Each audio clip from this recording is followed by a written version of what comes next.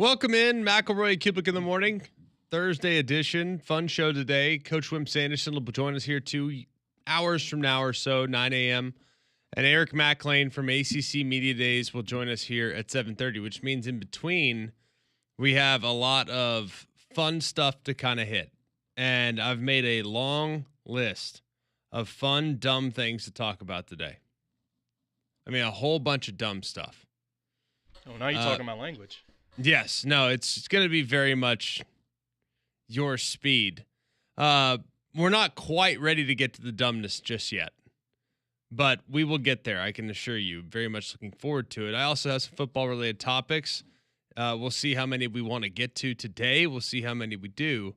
There's also a bunch of great sound from yesterday. Dan Lanning, Mike Norvell, James Franklin, and Thomas Castellanos, who's been one of the stories of the offseason.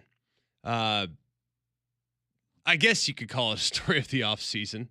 He's kind of made his own news.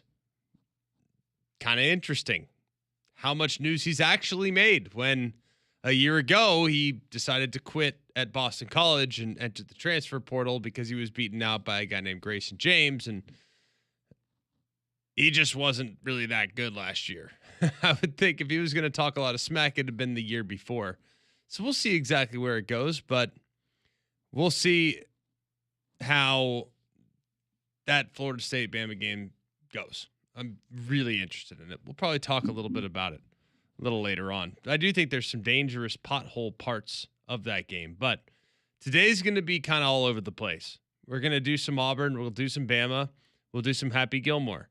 Why wouldn't those three be put together? Because I last night, shockingly, made my wife watch the preview to Happy Gilmore 2. I asked her first, I said, have you ever seen Happy Gilmore? And she said, yeah, but it's been a long time. Right, okay. Understandable. I mean, I've probably seen it 300 times, so I've seen enough for the both of us. And I might have watched it last night as I was falling asleep. She says she's seen it. I'm like, all right, check out this preview. She goes, there's a Happy Gilmore 2. She thought it was some type of parody. She didn't think it was. Well, I mean, it kind of is, but she didn't realize it was real. You know how on YouTube they'll make like. Oh, yeah.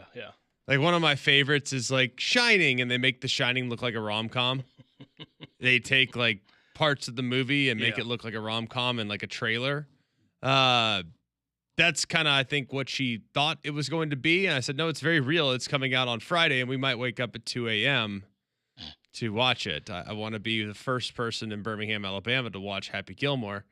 And if that requires me waking up at 2 a.m. because it's being released at 3 Eastern, that just might be what I have to do. I was actually going to save it for Friday because Friday we have no guests and we're striking out. Everybody's, on vacation and whatnot. So I was going to save the Happy Gilmore conversation for Friday, but I'm really concerned that people will have watched it by the time we go on the air. Oh. I don't know if that's true or not. It's definitely possible. How many people watch a movie before 7 a.m.? I feel like I'm the kind of person that would, but also this is also not the one that I think I would. One that's not worth waking up for? Even if there was something like I was dying for, like I'm fine for waiting until 10:01 to check it out. Like I wouldn't be surprised if Friday's going the way it is. Sorry, Haney, if you're listening. Like I'll make sure the show is good and fine and everything, but then I'll post up in there at 10:01 and start watching it. Yeah, I think that feels right. Yeah. I mean, this is. I told Meredith, it's not as much about. For me, it's not nearly as much about. I don't know if you see it differently. I don't expect the movie to be good. Of course not. No. But it's nostalgic. It takes me back to my childhood. And like anything that's going to take me back to my childhood, I'm going to be intrigued by. Like if they came out with a Home Alone 7 that involved Macaulay Culkin, Joe Pesci, and Marv, the other guy, David Stern or Daniel Stern. Yeah. I would watch it. I would. Same reason why I bet Cole will watch the new Predator movie. Oh, no, he ain't. He's no doubt he will. No. Why? Because Predator's a good guy? No, because everything except Predator is awful, and you know what? He might hate watch it. Yeah, he'd watch it. Anything that's nostalgic kind of has my attention. Like stuff that I appreciate from my childhood. Your usual 90s rock, rap, hip hop, pop, all that stuff. Of course, like that's nostalgic. I'm very much a child of the 90s and appreciate all those things. Any type of like I watched the Wonder Years reboot. Didn't love it, but felt the need to watch it because I grew up watching a little bit of Wonder Years. I feel like all the American Pies. I watched every single one of them. They're all terrible. Yeah. American Reunion wasn't even that bad, and it was like way better than American Wedding, which was almost as good as American Pie 2, which was nowhere near as good as American Pie the original. I'm going to watch them all though, because I just feel the need to be nostalgic from time to time. I think that's where Happy Gilmore 2 falls with me. I think it's one of the best sports movies of all time. And people will push back on that. The original Happy Gilmore is a phenomenally good sports movie, especially in an era, y'all. This is pre-Tiger. The golf wasn't cool. No, not like unless you were rich, golf was not cool in 1995. It wasn't. Like golf got cool in like 2002 after Tiger won the Grand Slam in 2001. Golf was just not a cool sport. It has since gotten cooler and has since gotten more appealing to the younger generation because you can listen to music in the golf carts, and at some places you don't have to have your shirt tucked in. And, I think that they've laxed some of the rules. So it's gotten a little cooler amongst certain parts of the population, but golf traditionally was not like a super cool sport. I love it. I think it's super fun. I hope my kids love it too.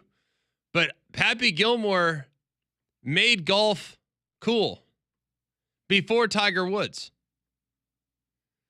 Like if I were in a place that would have access to golf, after watching Happy Gilmore, I would have liked to have tried golf. Because one, it looked easy.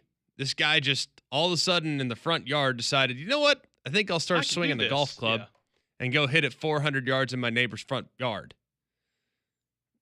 And two, this guy feels like a regular guy. And feels like a normal dude. So I'm pretty fired up about this Happy Gilmore too. I think it's going to try to make golf cool again. Not that you need much help doing that nowadays, but to reprise a role that's 30 years in the making is kind of interesting. I also am fascinated with all the cameos. It appears in the trailer like you have Chubb's son. Right. It appears in the trailer like you have Shooter McGavin, which is not that surprising. It appears like you have Julie Bowen. Correct. Or what is her? Whatever her, yeah. Not Veronica Vaughn. No. Virginia Venet. That's it. I think it's Virginia Venet. Looks like she's in it. I think it's interesting that Happy's daughter's trying to go to ballet school. Okay.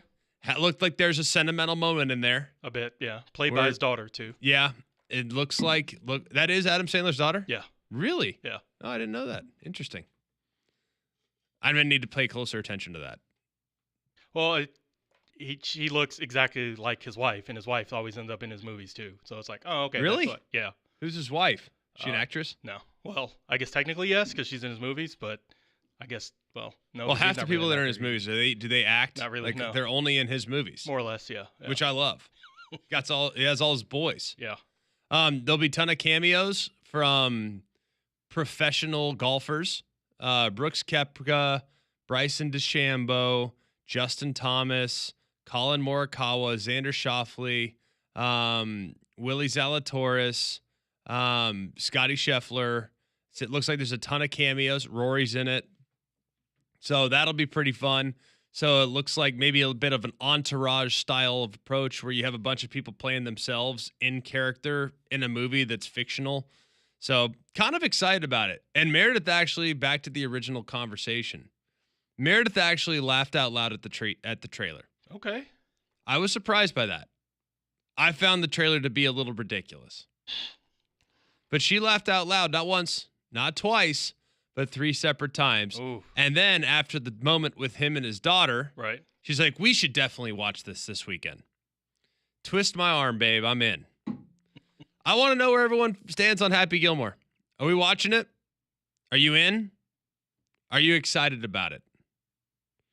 Are you fired up to finish work on Friday so you can go watch it? Because I will admit, I fall into the last category. I cannot wait for work to be done on Friday so I can watch it. I got to figure out something to do with my children, but we'll figure that out. I'm not sure exactly. I might have to watch it on my phone with headphones while I'm co-parenting. But I will be pretty curious to see what everybody thinks about this thing. Because I think it looks pretty dumb, but man, I can't wait for it.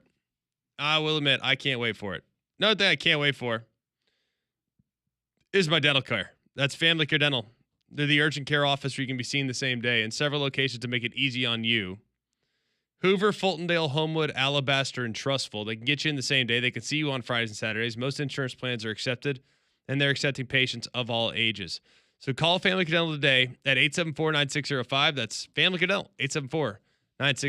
I'll tell you another thing that I came across yesterday. Did not know this was still a thing. But in what is currently a television abyss on standard cable television and or satellite TV, whatever you have, whether it's Dish or DirecTV, AT&T, all the Fubo, I don't even know what all the different deals are, YouTube TV. I'm talking just traditional television where I can look at the guide and figure out what I want to watch. Yesterday around 4:15, thereabouts, I'm scrolling through the guide. I'm like, what the heck is on television nowadays? Like, there's very little things that I want to watch that my kids will also want to watch. Very few. It's hard to find, frankly. Like, the adult stuff is the adult stuff. The kid stuff is the kid stuff. And finding stuff that's in between is very difficult. Very true. We have given Dude Perfect a chance, and I find it entertaining. More entertaining than, say, Grizzly and the Lemmings. But I wasn't really feeling Dude Perfect at 4 o'clock in the afternoon. I wasn't. It was so hot. We can't be outside. There's nothing to do. We got to figure something out. Like, it is what it is. You're dying of dehydration. What? You were dying of dehydration? Yes. No, I did not run yesterday. Okay. Just a good lift. 2 days ago, excuse me. Good lift yesterday. No run yesterday. For those that missed it, on Monday when I ran, I lost 7.6 pounds in my run.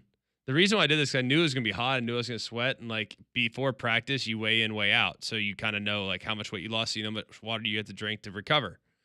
I lost 7.6 pounds on Monday, 6.6 on Tuesday. That's why John asked me yesterday. But no, I was not dehydrated yesterday. I was actually feeling quite good, but you couldn't do anything outside. It's so hot. It's like the kids played basketball for 4 minutes and we're, like sweating profusely, like tired, hot, clean the garage, dripping sweat, all that. So I'm scrolling through the guide yesterday and on comes Shark Week. Did you know that Shark Week is still a thing? Yeah, but I thought it was like later. I didn't realize it was now. It's right now. Wow. Huh. I didn't know this either. I had always watched Shark Week. It was rinse and repeat. In camp, there were 2 things we watched. When we were in camp at Alabama, that's just the timing worked out that way. In camp at Alabama, we watched 2 things. 1 was Shark Week. 2 was the Olympics. In an Olympic year, Summer Olympic year, so basically 2008, I wasn't in college that long. 2008 was the only time we had the Olympic year, and it was amazing because the entire team would sit there and watch Michael Phelps win gold medals in Beijing. I mean, it was like amazing. Like everything stopped for us when Michael Phelps was swimming. So we'd watch the Olympics and we'd watch Shark Week. We didn't have more than 30 channels in the dorm rooms. They weren't great. The options were limited. But Shark Week always kind of captivated my attention. And I will admit, I have found, at least in the last 2-3 weeks, y'all, my nerdiness level is at an all-time high. It really is. Welcome to the club. I'm telling you, my nice, nerdiness level is peaking. Okay. And I'm not sure it's going down anytime soon. Nor should it. It's fun on this side of the river. I'm telling you, it's like I was so captivated yesterday by oceanic white-tip sharks and how aggressive they are And I'm like, why do I care about this? Like, I'm never going to use this information. It's not like fun dinner fodder when you're out with friends. Like, hey, did you know that the oceanic white-tip shark has actually led to more fatalities off the coast of Egypt than any other shark combined? Like, why would that ever come up? And yet here I am, like, I can't wait to learn more about this oceanic white-tip shark. Like, this is ridiculous. Did you know that they actually, if you go inside some of the caves that Egyptians dwelled in, they actually drew pictures of the oceanic white-tip shark? That's fascinating. I'm like amazed at this. Like these things are super aggressive and they have multiple shark attacks on tape from these white-tip sharks. I never even heard of it. So I'm like blown away by this. And I'm sitting in bed last night. I'm like, my level of nerdiness. I'm like so amazed. I'm like reading about the oceanic white-tip shark. I'm like reading about all this stuff about it. Where it lives, what its breeding patterns are, all this other stuff. I'm like going deep in the weeds. I'm like, man, I am max nerd. I don't even care anymore. Like, I almost feel like being a nerd for a long time, I just denied it. No, I'm still cool. Still got it. I'm cool. Like I'm smart, but not a nerd. I'm smart, but I don't like nerdy stuff.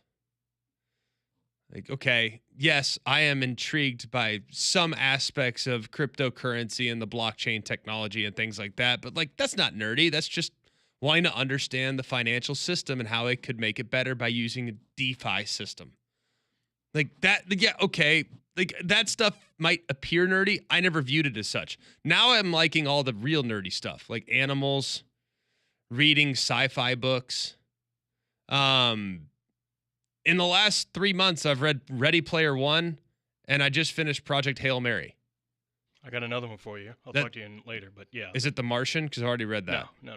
It's a series. There are at least 15. I just finished number 11 last night. I'm on number 12 today. Oh, so you're in. Yeah. I love it. I've read 8 books in the last 3 months. I'm on fire right now. I'm making up for lost time. Yeah, I know. Come September 1. Hence the nerd. Here I am. But yeah, about to say the only thing I'm reading, read your playbook in September 1. But yeah, I've read 8 books in the last 3 months, and like that, I'm finding that my algorithm, there's 3 types of books I read: faith-based books, where it's something to strengthen my faith; super sci-fi, wild, space odyssey books, like The Martian, I really liked Project Hail Mary, which the movie's coming out next year. Ready Player One, which is kind of like a dystopian Earth. They have a movie on that as well. And then I also read like self-help books. So like right now I'm reading Can't Hurt Me by David Goggins, which is like amazing. Absolutely amazing. So I'm only a chapter in, but it's like mind-blowing stuff. So like those are the only 3 books I read. The only 3 books I read, but why would the one topic that I would have that was not like help me in life, whether the faith-based helps me in life, and obviously the self-improvement helps me in life, the one topic I choose other than that is sci-fi. Nerd. It's because you're not games right now. It just all goes back to being a nerd. You're not watching film. You're not focusing on the game and the grind. You're like, well, it's got to go somewhere. So, all right, oceanic white-tip shark, here we go. I'm telling you, I'm in the grind. What do you want to know about the oceanic white-tip? I got you. I'll tell you in the break. It's insane. Absolutely insane. All right, we're going to take a break. That was the most roundabout first segment of all time. We've established a few things. 1, I'm a huge nerd. 2, John is also alongside me in his nerdiness, which I appreciate. John's been there. I welcomed you in.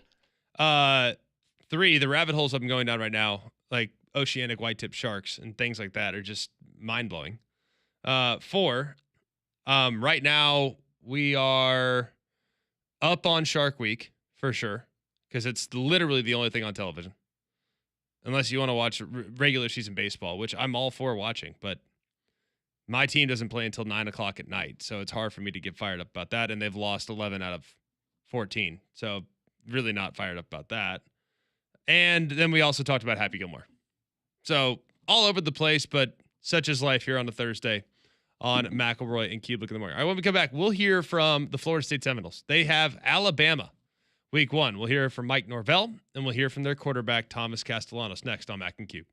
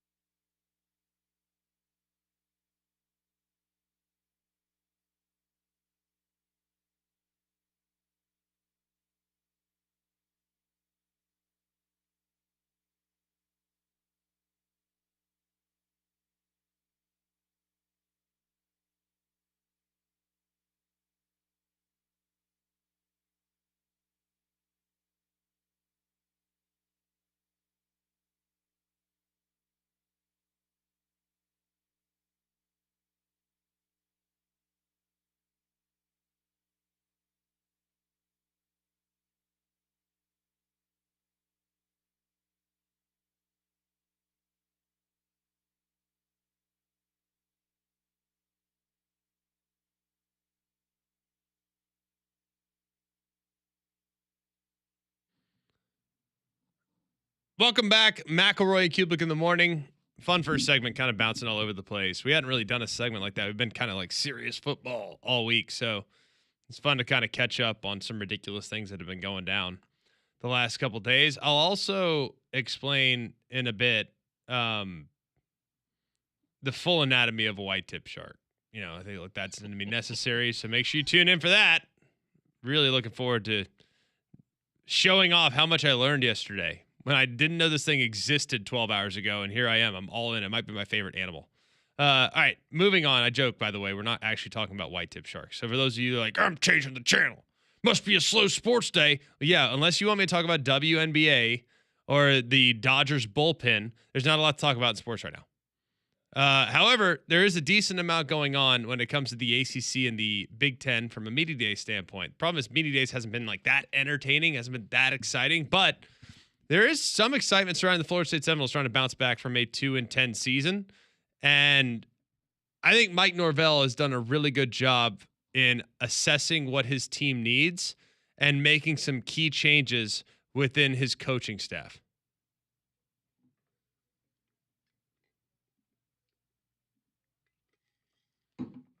Because I've seen the investment. Right, I'm really proud and grateful for the coaches and the new leaders that we have within our coaching staff. Being able to have two of the best coordinators in college football, a couple of the best football minds that this game has. And he did do a good job. They go out, they get Tony White from Nebraska, implements 3-3-5. I will be interested to see how that system works with the pass rushers that Florida State has traditionally had. That's not really a style of defense that puts a heavy emphasis on the defensive line. In Florida State, usually you go to 3-3-5 when you don't have access to elite players. When you don't have access to elite defensive line personnel. You go 3-3-5 because you have better access to great linebackers and really good secondary. 3-3-5, however, from an offensive standpoint, really confusing. It's hard to identify. It's hard to get protected because the linebackers free flow and can move and they can blitz from a lot of different areas. That's why I hate playing against the odd defense with the head up nose and two defensive ends, because pressure comes to the right, pressure comes to the left. And a 4 down front, everything's kind of typical. Like I have 4 offensive linemen for the 4 defensive linemen, and then I have one that I can put wherever I want to block whoever I want.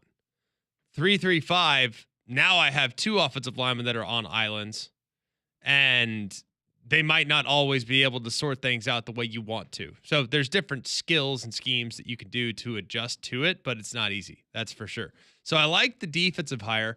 I was surprised by the defensive hire, but I do like it with what Coach White has done the last couple of years. He's really, really good at Nebraska. Let's go next, though, to their offensive coordinator, because Gus Malzahn's the OC. And I think a lot of people, self-included, jaw hit the floor when we saw Gus Malzahn leaving UCF, a Power 5 head coaching job, to become the OC at a place that just went 2-10.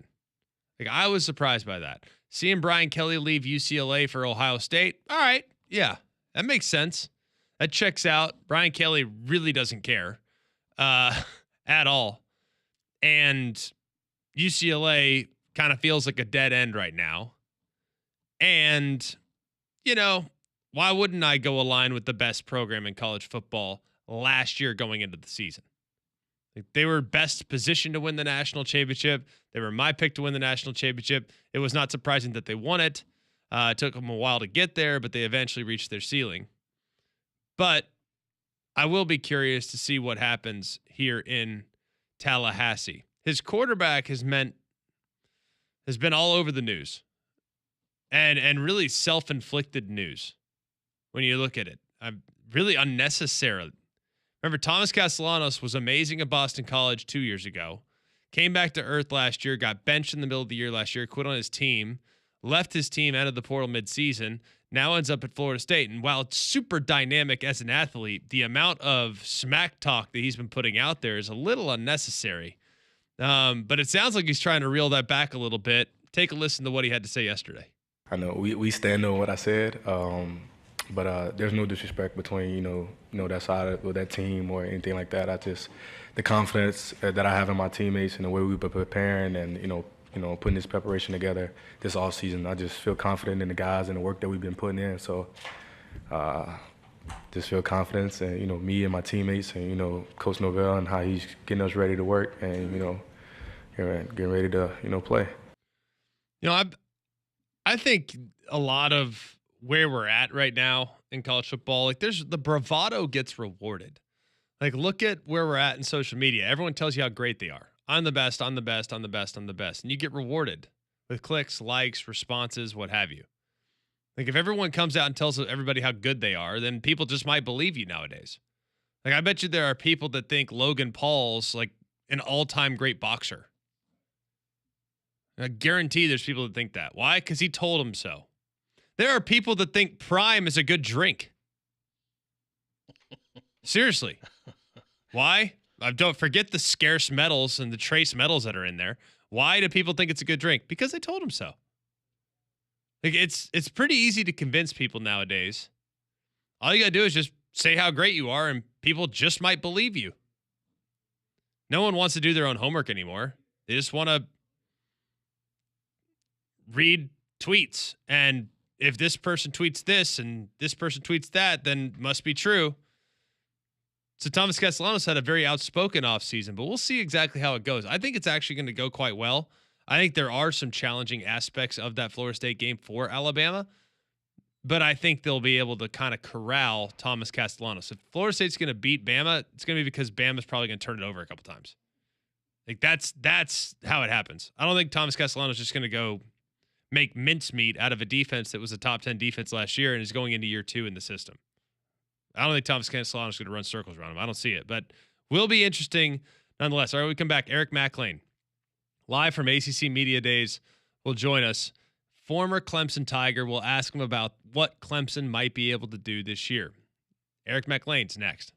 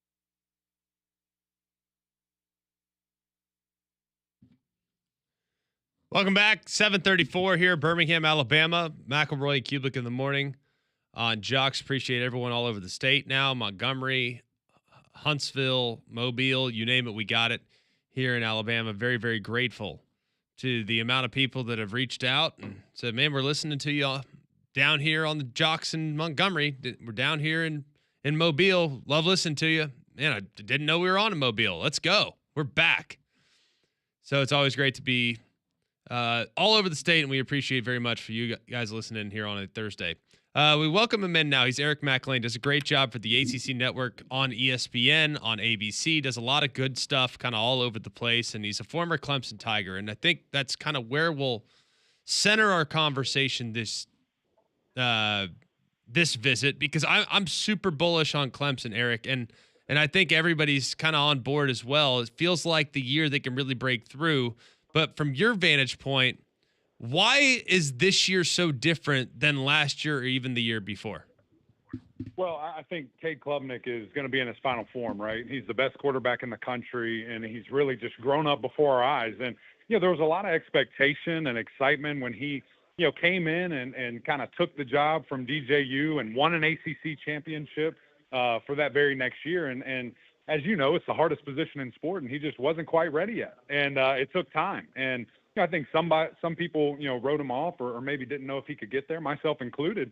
And then just the year that he had last year was unbelievable. I mean, I didn't know if he could get to that point, and he did. And guess what? I think there's another level that he can get to with his progressions and maybe just getting the ball out a little bit quicker. But this guy is as accurate as you want to be, has a great deep ball, and now has a wide receiver core that's grown up and is monsters, right? You're legitimately talking about 5 receivers deep, that they feel like could be starters and run out there at any given point. So, I think the combination of those two things is really going to set this Clemson offense apart. Then you add Tom Allen on the other side, a guy that has historically just had really good defenses. And the way that he's come in, Greg, and broken this defense down to atoms and got it to, we're going to learn how to tackle. We're going to learn how to line up and have our stance correct. And now they're flying around at full speed and implementing blitzes and chaotic schemes and things of that nature. So, really those two things together, peaking at the right time, is, recipe for success for the Tigers. Feels like it. I'm really, really excited about their defensive front too. And I feel like last year they were really good with the ones. And then when the twos went, it was like, They also had to force Peter Woods to play out of position. That guy's not a defensive end. I mean, correct. But you tell me he is all you want at 315 and 6'3". No. Like, he's a sawed-off D tackle that's everything you want. He's Dexter Lawrence. Like, it's great. I don't know why you want to make him something he's not, but I think last year they had to because they didn't have the depth outside. How much better is the depth defensively this year in the front seven? Yeah, well, they went and got in the portal. Breaking news. Here we go. Dabo Swinney going up to Purdue and getting Will Held, who's just a casual 6'6", 270 freak. I mean, this guy is long as all get out, a really dynamic, run stopper. I think the pass rushing moves will come to fruition, especially because he's probably going to get, one-on-ones a lot. There's going to be a lot of attention to T.J. Parker and Peter Woods, as you just mentioned there. So he's going to be free, and how much can he step up and be that extra piece? But then you've got some young cats behind them that are now sophomores, and even some freshmen coming in that they feel are ready to play right now, specifically on the defensive line. So, I kind of started with the depth, but, T.J. Parker and Peter Woods, I mean, you're talking about number ones at both of their positions, guys that are going to be drafted in the top 15, both on the same D line. That's a big deal, and that's important. And you think, again, historically of, when has Clemson won championships? They've had an elite defensive line and an elite quarterback, and they have that this year. Certainly feels like they do, as we visit with Eric Mac Lain, former Clemson Tiger, but does a great job with us at ESPN. Eric, looking at the rest of the league, I feel like Miami's closer than maybe some people are giving them credit right now. I definitely think Clemson's at the top. I don't think that's in doubt. But I do think Miami is slim margin behind them.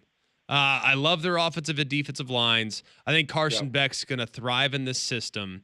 I think they're going to have growth with some of the youth they had at wide receiver last year. I think the secondary might be a slight question mark, but I'm not going to lose my mind about it. And I think they have depth at running back. Like, I think this team has everything you could possibly want. Now it's about actually tackling on defense and being in position on defense, which they often weren't last year. But Corey Heatherman, their new DC, is going to get them right. Yeah. So how big is the gap in your eyes between Clemson and Miami? Yeah, I think kind of what you spelled it out really well there. And the reason there's maybe a little bit, or I think there's a little bit more gap, is because of some of those unknowns, right? Like we don't, I expect, just like you do, but I don't know that Carson Beck's going to be back to 2 years ago, health-wise or just who he is wise. You know, I don't know that. I think that, and I think he has a chance to be a first-round draft pick at quarterback. Also, Miami's down their top, pass catchers from a year ago, 6 of them. I mean, that's a lot of production that, new face, new place.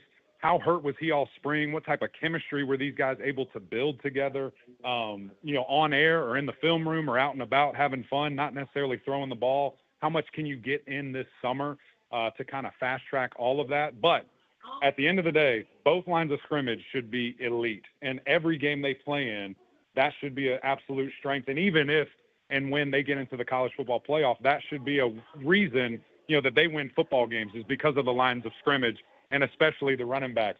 It's one of those things where they've got a lot of depth, and they feel really good about the running backfield guys that they've added. Obviously, Mark Fletcher being the mainstay there, and probably going to be his show mostly.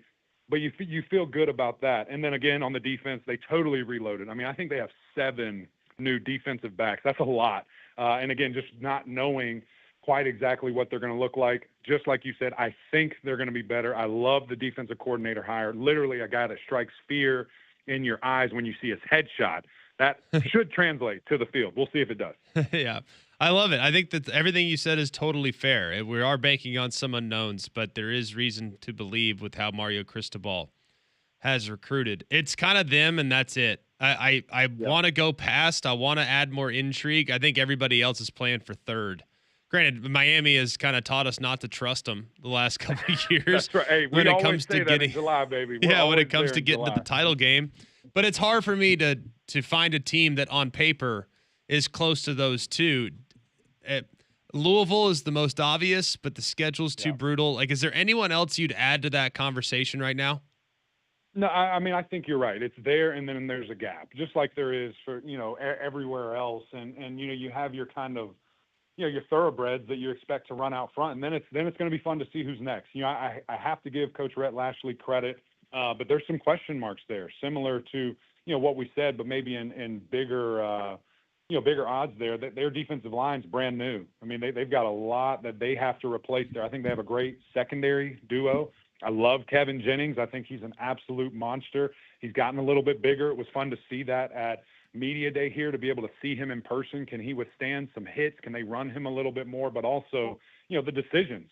I know everybody kind of forgets about the unbelievable year that he had. And my goodness, I mean, he's marching down the field in Charlotte, scoring the game-tying touchdown. And, his defense just gave up too much field position. Clemson kicks a game winner, but he was on fire. And then, of course, on the biggest stage, doesn't have a great game and throws a couple of bad picks and, puts his team in a really tough spot. But he's still a great player, and he's going to get his tight ends back, and Matthew Hibner and R.J. Maryland that I think are big-time difference makers. I don't know if there's a better tight end room than what SMU is going to have if those guys can be fully healthy.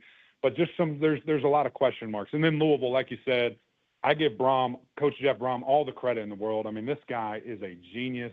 He knows how to dial it up. He knows how to get his guys in the right position. And I think he's going to get the absolute most out of Miller Moss. I mean, we're going to see – you saw it last year in Tyler Shuck becoming a second-round draft pick and maybe starting for the New Orleans Saints. Yeah. Nobody in the world would have said that right now today last year at this same time, and yet here he is. And I think he can easily do that with Miller Moss and the weapons he has, especially in the backfield.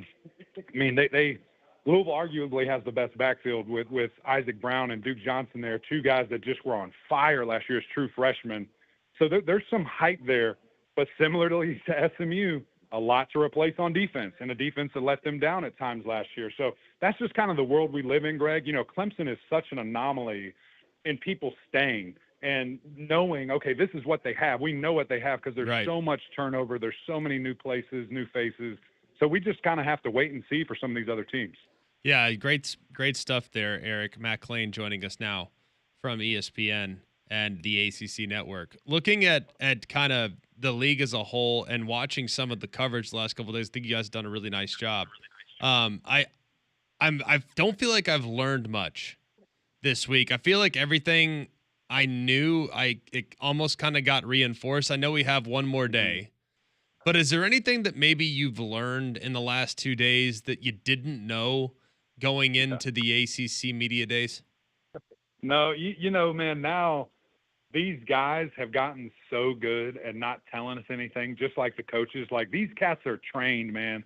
They're learned up. They're going to just have fun. You know, they're not giving away any secrets. And, you know, outside of really, you know, maybe seeing someone in person that you haven't seen before, you know, you're not learning too much. But the good thing for us, you know, on ACC Network that, you know, nobody else in the country does this, we get to go to their camp and we get to go and have TV shows, and we start that next week. And we'll sprint through kickoff, and that'll be a time we do know, and we can learn, and we'll see, you know, who runs out there first. What does the offensive line look like? How fast and explosive are the receivers? Is there quarterback controversy? Did someone come to media day that actually, you know, isn't going to be the starter? You know, so fun things like that we will be able to see live and in person, you know, starting as early as Monday. And then finally, before we get you out of here, just from the ACC's perspective, Jim Phillips had some interesting comments about private equity, and I'm not going to ask you about that. I think that's kind of boring. But I am curious where he stands on this conference debate right now between Big Ten and pretty much everybody else on the 5+11. I know Jim Phillips is alongside Brett Yormark and Greg Sankey in kind of campaigning for that postseason format. And if it doesn't work out, they'll stay at 12, and so be it. But it also feels like they are kind of linked at the hip to the SEC with the 9-game conference schedule. If the SEC does it, sounds like the ACC's going to do it as well. Is that something that you think would be beneficial to the league, and is that something that you would encourage the league to adopt? You know, I think it's one of those things where you look at the playoff, kind of addressing that first. I don't think that, you know, the current climate of the 4-4-2, which I know you didn't say that at all, but the 4-4-2 will not have the ACC support. Right. It won't ever happen. It doesn't seem anywhere close to fair and things of that nature. You know, the 5+11, we'll see. You know, that seems to be, if we stay at 12, what people are most interested in. But I like what, you know, we've heard some of these coaches throwing around and making it a 16-team playoff, 4 bids from the SEC, 4 bids from the Big Ten, 4 with an asterisk from the ACC. If Notre Dame is in the top 16, they take one of the bids, 3 from the Big 12, and 1 from the group of 5. That is fun. And you make it kind of a play-in weekend around conference championships. The teams that are playing in the conference championships, so the 1 and the 2 seed are in no matter what. And then you've got 3, 4, 5, and 6 all fighting, you know, for those last 2 spots. That is fun. And that's a true tournament. There's no more, you know, Greg, you and I on ESPN or ACC or radio saying these guys should be in. No, did they win? Okay, yeah, they're in. That takes all of that out of it. And, you know, that's what every other major sport does. That's what the NFL does. There's no more committee. There's very selective things of what we do. And that's getting a lot of juice this week. If that is elevated at all, I don't know. But people are talking about it, and that could be really fun. Be great, man. Well, really, really appreciate your time.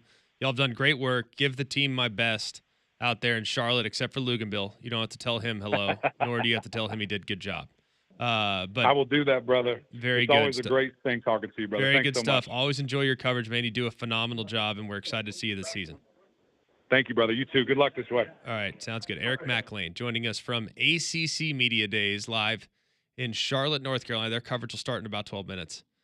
So pretty interesting stuff this week, man. The ACC, you know, I think it's easy from an SEC standpoint to kind of, I don't know, pick apart the ACC in a weird way. Like I understand that a lot of built-in rivalries. There's 4 that are played annually between Kentucky, Louisville, Georgia, Georgia Tech, Clemson, South Carolina, obviously Florida, Florida State. Like there's 4 that are played annually.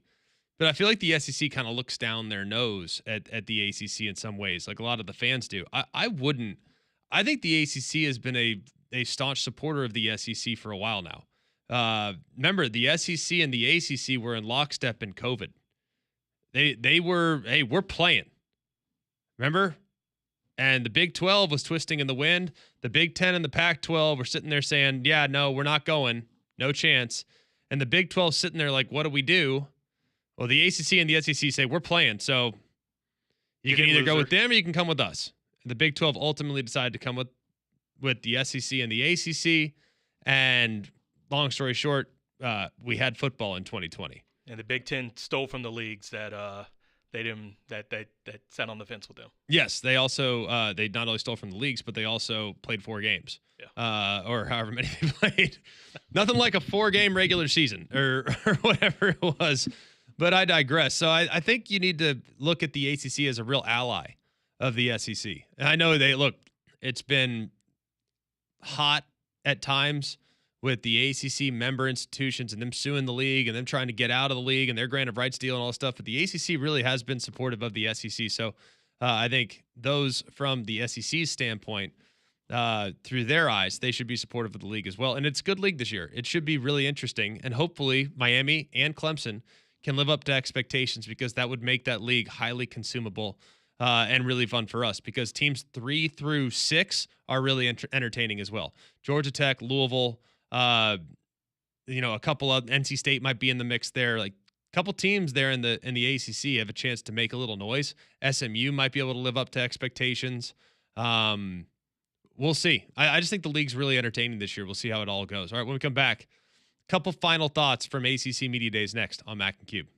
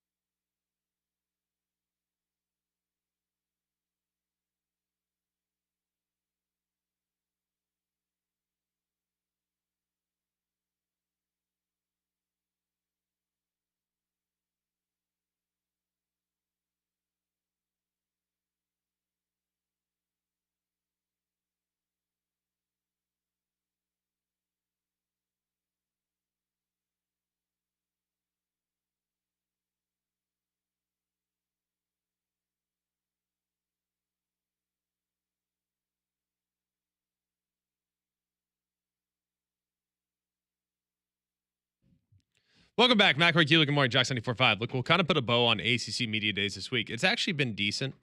You had a little bit of banter between Rhett Lashley talking about the depth of the ACC. You had a little bit of banter responding to that from Mark Stoops yesterday on Unsportsmanlike on ESPN Radio. Like, I think it's good to have a little bit of a healthy rivalry. I do want the ACC, though, badly to adopt the 9-game schedule, just like I want the SEC to adopt the 9-game schedule. The difference between the ACC adopting a 9-game schedule is that 9th team that you might play could potentially be Wake Forest, and the SEC could potentially be Tennessee. Like, it's like a little different animal if you go to the 9-game conference schedule. But the good news is, if the ACC's good, I know this sounds wild. People don't think this way, but I like to try to encourage people to think about the bigger picture. If the ACC is good, it is good for the SEC. Why, do you ask? Look at how many ACC, SEC matchups that we have on the schedule this season. We've already referenced the 4 rivalries that we get every year, right? We already referenced those. You know you're going to get Florida State. If Florida State's good and Florida beats them, that is good for the SEC. If Miami's good and Florida beats them, that is good for the SEC. If Clemson's good and South Carolina beats them, that's phenomenal for the SEC. If Clemson's good and LSU beats them, that's a good thing for the SEC. Like, if you are looking at it from an SEC standpoint, if you are a fan of a team in the SEC that might be a fringe playoff contender, guess what? The ACC being good helps your team, even if it's not within your league, because of the amount of cross-pollination that we have between the ACC and the SEC. So that'll kind of do it for our conversation there.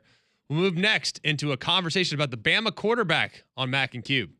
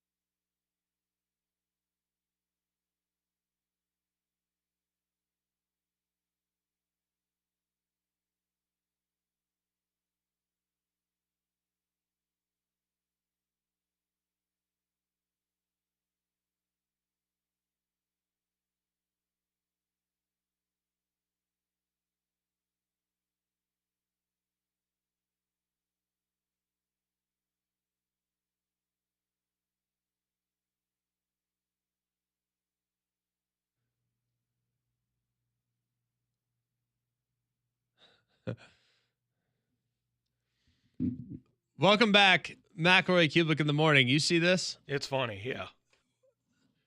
I'm not sure what's going on. The Browns are revealing like a new helmet or something, and so they've got it like on a barge, an inflatable version. Yeah. And so it's just rolling up on a boat, and the social media guy is right up front taking a video of it, and he's walking around it, kind of trying to get a profile of it, and misjudges the size of the barge or boat, whatever he's on, and falls into the drink. That is hilarious. I mean, he literally just walks right off the dock. Yep. Like, there's not one aspect of that was athletic. It's not like he tripped over a cleat. Nope. Or something like that. I mean, he literally just walked right off the dock. Seems rather unfortunate. That's some Damien stuff right there. And the one thing we'll give him credit to, because they released the footage, like he kept filming. And so he kept filming underwater? So you watch him like go, and then all of a sudden water just shows up, and then a boat comes up, drags him out, and he's still filming as he's being hauled away. I'm like, all right, that's dedication. Exactly. He didn't break character. It is. I mean, you got to get that content. Got to. Now, how do you did you like the Browns' new helmet? I think it looks. Is it brown? Yeah, it's not a good look. I like their traditional orange. Right. I mean, like, I actually like the Browns unis a lot. Really? Yeah. They're very throwback. When they wear their brown jerseys, white numbers, block numbers, with orange pants or brown pants or, you know, whatever it is. Like, I think it looks good. It's a tough look. Not big on it. Nah. It's I mean, brown and orange, it just doesn't. I Like, mean, I don't know how you could rock it like in regular clothes. It's throwback. You can definitely wear a brown jersey. It just. Like that's acceptable. You can wear a brown jersey with mocha colorway, like Jordan 3s, and it'd look great. I just have to see it. What the Like, Steelers are doing is atrocious. Oh, that is disgusting. That's gross. Like the Browns, like it's okay, like it's fine. Like there's only so much you can make just brown and orange do to look good. Like there's only so much you can do. But black and yellow are some really, really solid colors. Yeah. And they still found a way to mess that one up. Yeah. Well, yeah, you can't. I mean, if you are in Pittsburgh, you're wearing black and yellow. I got to look at these Steelers' new jerseys. It's just a tough look. Oh, the yellow ones? Yeah. With The like extra light throwback brown stuff, pants. Yeah. Yeah. They're 1933 throwbacks. They're better than the Bumblebee ones they wore. Yeah, they could have left That's that in not- 1933. That's not saying much. The Bumblebee ones are brutal. Yeah. Yeah, it doesn't do much for me. I'm not big on alternate uniforms when your traditionals are that good. Like, the Steelers have some of the best jerseys in the league. I know Cole hates their numbers, but I don't mind them. They're different. It doesn't bother me too bad. Like, I like a block number, a traditional block number. I went to Bama. I'm a traditional guy. Like, I'm sure that's shocking to many of you. When it comes to uniforms, I don't like change, but I can get on board with it if it's subtle. And I feel like the subtleties of the Steelers' numbers don't bother me too bad. They're fine. Not great, but they're fine. Maybe we'll talk about some NFL jerseys tomorrow, as I need to dive in to see what kind of ridiculousness they're rolling out with this year. What I want to talk about here for the next couple segments, and I'm just kind of amazed by this, and I've noticed really kind of starting last week, and honestly, if we want to go back, it probably goes back to the spring. It probably goes back maybe even before the spring. It might even go back to signing day. But I'm getting the sense from some Alabama fans that they support Ty Simpson. They want Ty Simpson to play well. They want things to go well for him, but ultimately they want Keelan Russell to be the guy. And I guess I just wonder why. That's kind of the question to me. It's not so much that I think Keelan's going to be a great player in time. I think he's going to be awesome. I'm hoping he is. I think that'd be fantastic. And if he's great day one, then by all means. But there's only two guys that I can think of right now off the top of my head that have won national championships as a true freshman starting quarterback. I think you can probably get one of them. Trevor Lawrence. Does anyone want to take a shot at the other one?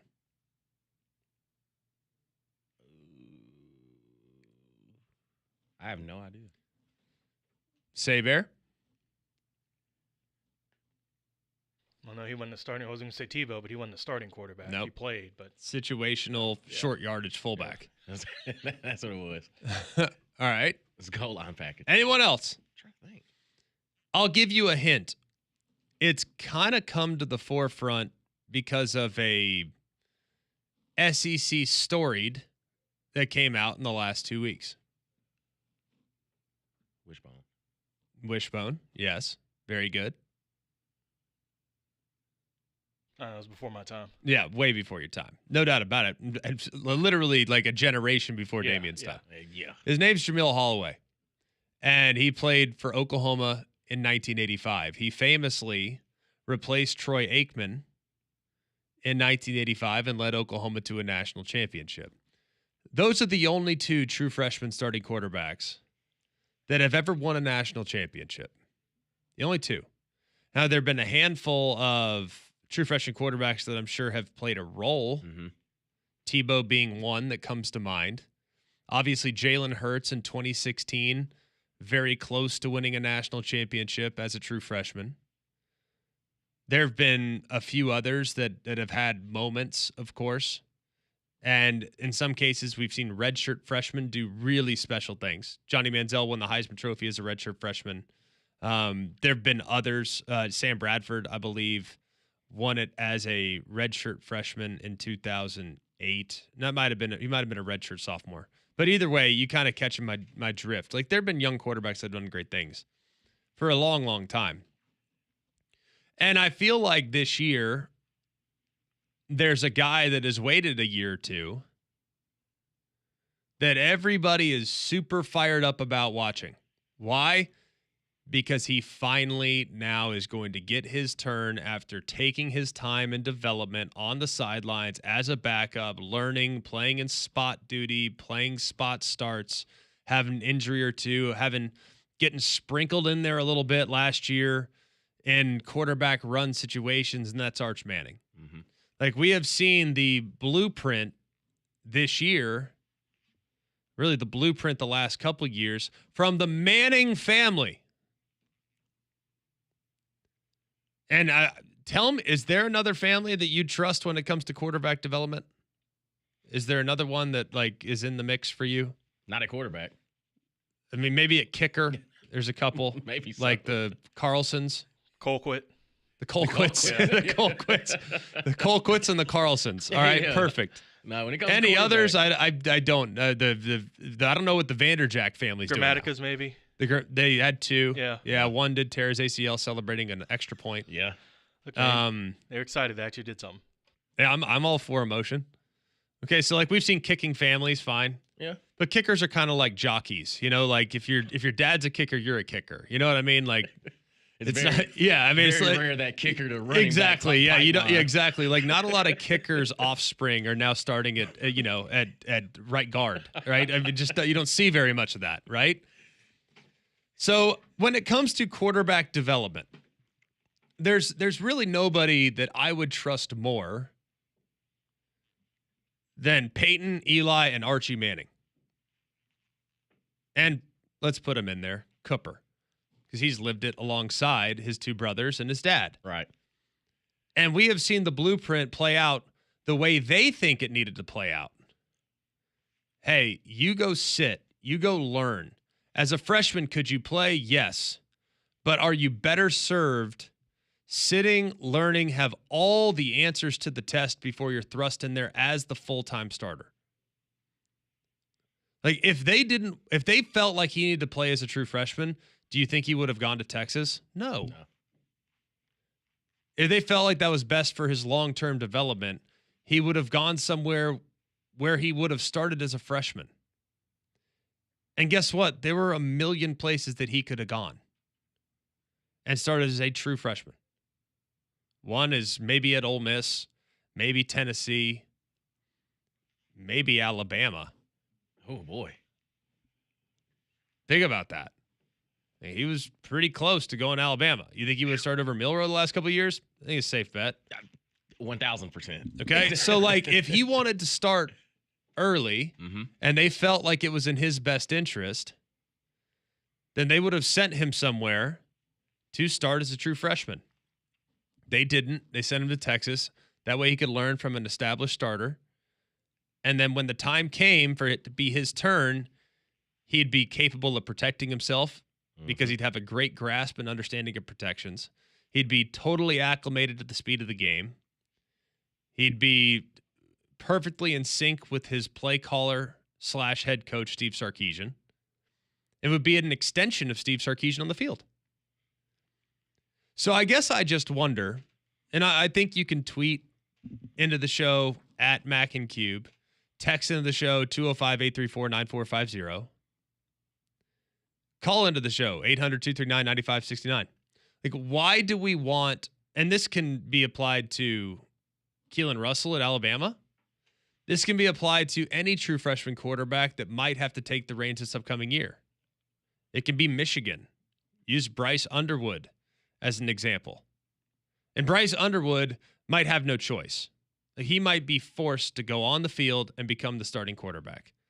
And there are some guys that transcend. What DJ Lagway did last year at Florida as a true freshman was remarkable. The guy played fantastic football and really infused life into the entire roster. And the roster was better off, not just on the offensive side, but on the defensive side, they played harder when DJ Lagway was out there as their starter. I don't know why. I'm sure it was subconscious. I'm sure they played hard for Graham Mertz too. Everyone down there loved Graham Mertz. But when he was on the field, there was a different level of belief. It's a different level of buy-in. There was a different level of effort. I guess I just wonder, and this is my question, why is it that we're always in such a hurry to try to get to the freshman 5-star? And it's simple. Interpret it however you will. If you want to look at it through crimson-colored glasses, by all means. If you want to look at it from another vantage point, totally good with that. Because last time I checked, Clemson was a perennial national championship contender. Perennial. Every year they were in the mix. Every year they were in the playoff hunt. Every year they were up there at the top or near the top of the ACC. And then they started Cade Klubnik too early, too soon, and they all of a sudden kind of fall off a little bit. And Cade Klubnik has now rounded the corner and has turned the corner, has become one of the best players in the sport at his position. But it took a little time. Mm-hmm. And guess what? That's okay. That's to be expected. Playing college football, playing Power 5 football at quarterback is remarkably difficult. We've seen other guys go out there. Jaden Daniels, for example, started as a true freshman at Arizona State, was average as the day is long first 2 years. Goes to LSU, has a good year one, has a phenomenal Heisman winning year two. Took him 4 years to reach his ceiling. So I guess that's kind of my question. Like, why is it that we're in a hurry to get those guys out there? And it's not an indictment on Ty. It's not an indictment on Austin Mack. It's not an indictment on anybody. But everybody, what do you think Keelan's going to make a run at the job? I'm like, I don't know. Right. Honestly, I hope not. I really do. I hope not, because I don't think having a freshman quarterback best positions you to win a national championship. It can. Mm-hmm. It's happened, but it's rare. And I think people forget, or people take a lot into account, like the talent, which I get. I completely 100%. Understand. But also, he hasn't seen the bullets flying in the SEC at the highest of highest levels. And I think a lot of people kind of, the only thing that you can really just hang your hat on is what they've done, their final year of high school, the reason why they're 5 stars. But until you're put in that position, and I think especially, I can only imagine as a freshman quarterback, but if you have, like if your supporting cast, say like your 5 offensive linemen are all seniors and your receivers are juniors and seniors, it becomes a sense of, okay, if the people around me can elevate me, I think I could see myself in, 2 to 3 years time actually being the best, because I've gotten a chance to throw to some veteran guys or guys that have been in programs for a long time. And I mean, sometimes it could, even as a freshman, it could be a bad fit, and you won't even know it until you're thrust into that position. Like think about Bo Nix. Think about his career when he first got to Auburn. Great example. He's a legacy guy. His dad played here. He's the one. Like, he's the one. and he gets thrown into the fire, and it just doesn't work out. It never makes sense. Then they fire, Gus Malzahn leaves, then Brian Harsin comes in. They fire him. He's going through 3-4 offensive coordinators in a 2-year span, and then he goes to Oregon and absolutely lights it up because the talent was never the question. It was never the question. It was the fit. The offense didn't work. It just was not working for everybody involved. He gets a change of scenery and he ends up being a first-round quarterback.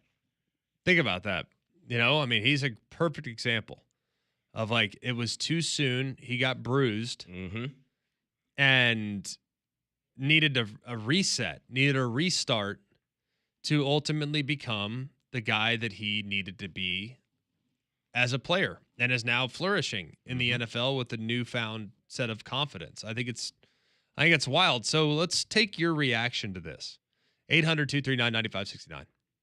205-834-9450. I have a couple theories as to why.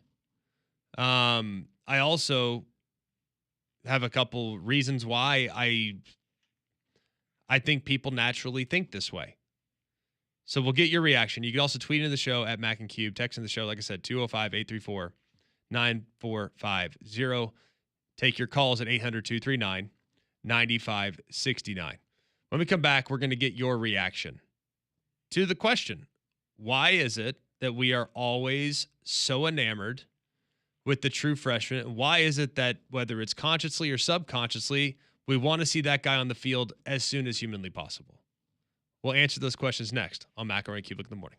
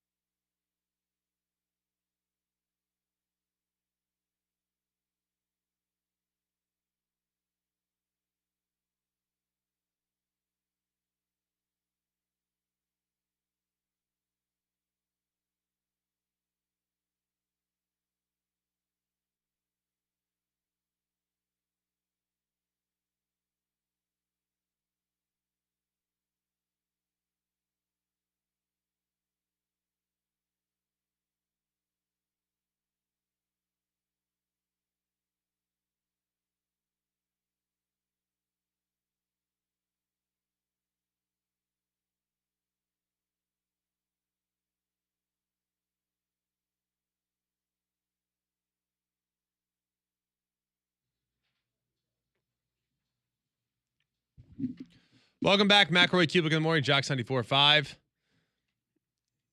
8:20 here in Birmingham, Alabama. You take the short drive up to Coleman, get yourself a brand new GMC. They're the very best in the entire country. General Motors has acknowledged that they are number one. They've won GMC's Dealer of the Year a remarkable 5 years in a row. That is a dynasty that is unmatched by anyone in the entire profession.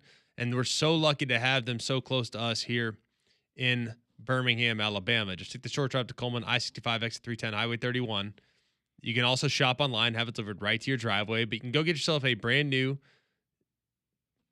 Encore GX Sport Touring Edition. It's a Buick, sporty, economical SUV, $29,985 is the list price. You can take $5,000 off the sticker, get you out the door for under $25,000. Deals like that to keep people coming back. That's why 75% of their business is repeat customers, because you have a better experience when you shop with Bill Smith. Take the short drive up to Coleman. You'll be glad you did. You can also shop online, have it delivered right to your driveway at BillSmithBuickGMC.com.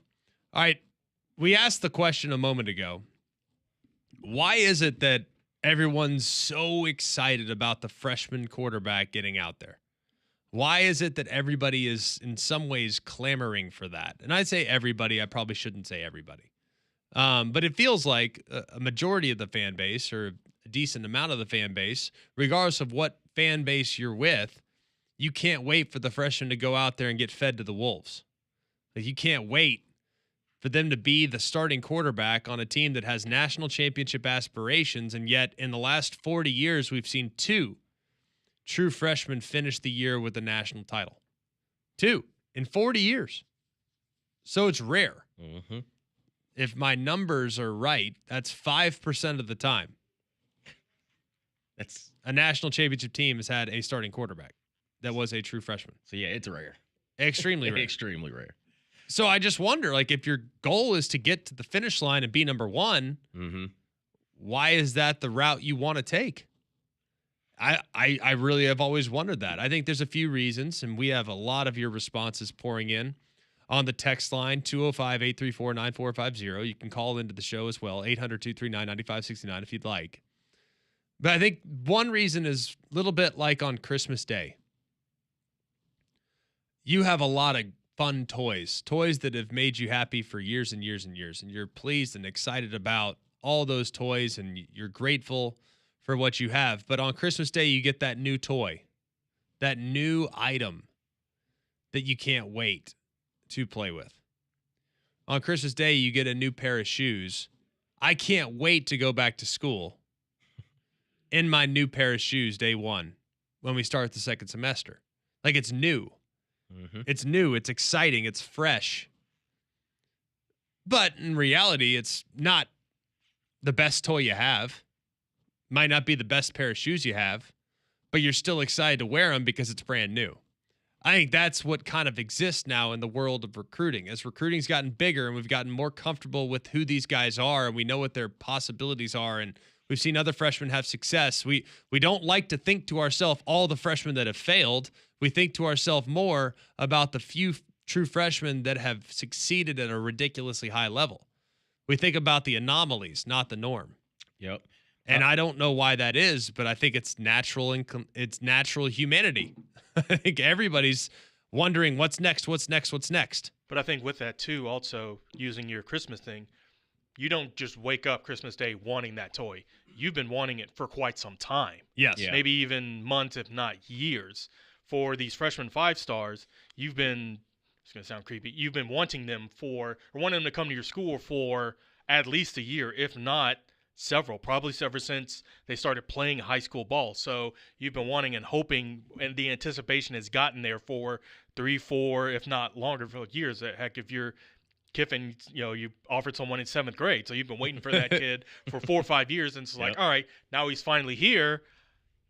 And it doesn't help that if you had lackluster play coming in. Like, yes, Jalen Milroe was very, very good. He wasn't great, but if Jalen Milroe was, say, Lamar Jackson out there, people would be excited that the 5-star freshman will be coming in, but they wouldn't be looking to push him out. Right. Mm-hmm. I think you have a little bit of both of the anticipation, even though we're an instant gratification society, but also not elite quarterback play. I think that's totally fair. Damian, what are people saying about this? Brandon texted in, as anybody else can, 205-834-9450. And to John's point, he says, we crave instant gratification. Patience isn't sexy. Hope is. Love it. Hope is sexy? Like, well, why do you shouldn't have hope. You should should have expectations. Like, I hope he is. No. I know this is going to happen. Somebody else takes in and says, as a fan, the reason I want the 5-star to start as a freshman is because I feel like if he doesn't, he will transfer the next year. Which I think in the modern day lately, is a very real concern. I mean, it's very real. I mean, there were more people bent out of shape about Julian Sand transferring than they were about Nick Saban retiring. I was like, I have not seen Julian. I don't know if he's going to be good or not. He might be fantastic. I hope he's elite. Hadn't seen him throw a ball. Hadn't seen him throw a ball. Haven't seen it. And I remember a couple years back when, it was 2020, and Mac Jones was in line to be the starting quarterback, and everybody wanted Bryce Young to start. Mm-hmm. Everybody's like, oh, gosh, I think Bryce is going to – he might challenge Mac for the starting job. I'm like, if he does, that's great. That means he's playing at a really high level for a young kid. Mm-hmm. It obviously wasn't reality. Mac Jones started, had a great year, got drafted in the first round. Bryce then took over in year number 2 and went on to win a Heisman Trophy and do incredible things as the quarterback at the Tide. But it took a year. Yep. I mean, it took a year for him to get comfortable with everything that they wanted to do. What else we got, Damian? Mike texts in. He says, similar to what you were talking about early on, how they're told how great they are, and 2, you don't want them to transfer. Then they don't play. If they don't play. So you're okay with playing a guy, I guess, that's not ready because you're scared of what could happen. Right. As opposed to going with a guy that might have a little bit better grasp. Maybe his ceiling's not as high, but might have a little better grasp of what needs to be done within the offense situationally, in the run game and the run checks and the adjustments and the reads. You'd rather go with a guy that might not have all those things dialed in, but has a crazy high ceiling because we're scared of him transferring? Like, right. Is that, I don't know if that's the best approach. I understand the thought process. I just don't think it's the best approach to operate on fear of what could happen. And I don't think coaches think like that. Like, not successful coaches think like that. Like, they could care less if you're going to hit the transfer portal. Like, if you're going to do it, go ahead and do it. But we need the best 11 that we can possibly have on the field at all times. And it don't really matter what classification, like what grade you are. It's, can you play? And if you are going to help us win football games, then that's the issue. And I think a lot of people too, because I think it's a sour taste, because I think a lot of people look back at that USF game when Ty Simpson was thrown in, and it's like, okay, well, that was 2 years ago. And then you look at some of the garbage time that he's been in. It's like, okay, well, to me, the talent is there. Okay, he may just not be ready to be the starter. Like, it's an okay thing to not be ready. For sure. And again, it was under a new system in Kalen DeBoer last year. Everybody was trying to put it all together. And to me, that's why I look at this quarterback situation of, okay, yeah, if Keelan Russell he could be immensely more talented. But also Austin Mack has been with Kalen DeBoer the whole time. Yep. And Ty Simpson, this is year 2, and he's 21, 22 years old now. Like, he's a lot different than when he first stepped on the scene at Alabama. I think like a lot of people just got to give, especially at the quarterback position, you have to give these guys time. I agree. You have to, because I think in other positions, like if you're running back and you're pretty good as a freshman, yeah, you'll get some burn, you get some, and you learn as you continue to age. At receiver, it's completely different, because I may be playing X, my freshman year, and then, my sophomore year, junior year, they're telling me to go to Y or something, in situations like that. But you have to understand the whole room. I think at quarterback, it's a lot mental. Like, it's a lot more mental to have like your confidence struck early on, because I think it can affect you a lot later and it can be very evident. Like, kind of like Bo Nix, like, you can tell, like, okay, he's a completely different player than what he was when he first got to Auburn, when he was at Oregon. It was completely different. Whereas other positions on the field, it's okay, yeah, maybe I didn't understand a lot of these route concepts. Maybe the quarterback, me and him just weren't gelling. I got a couple more years under my belt and I can figure it all out. At quarterback, it is like, man, you get broken early on, it's a lot more mental moving forward to just get yourself out of that hump. No question. It's hard. And confidence is and how often have we talked about Auburn this year and the need to rebuild the confidence that Jackson Arnold lost as a young starter last year at Oklahoma. Mm-hmm. And how it's been huge for a huge point of emphasis for Hugh Freeze and making sure that no matter what, my guy's comfortable after he leaves the practice field every single day, and how difficult that can become. So it's definitely something that I think is worth discussing, definitely something worth monitoring for sure. So I'll advance the question one step further. Do you want this year someone not named Ty Simpson to be the starting quarterback? That's a pretty simple question.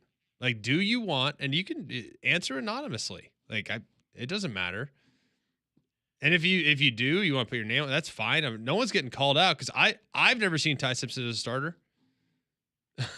So I don't know how good he's going to be. I hope he's great. Right. I want it for him. I want it for stability. I want to have proof of concept that if you wait your turn at Alabama and you get your chance, like, you can go and take advantage of it and parlay it into a nice successful career. I want that. I think that's a good thing for the stability of the program. But I'm not going to go out there and say he's going to light the world on fire. I have no idea. I have no clue whatsoever. So, simple question. Do you want Ty Simpson to be the starter every game Alabama plays this year? 205-834-9450.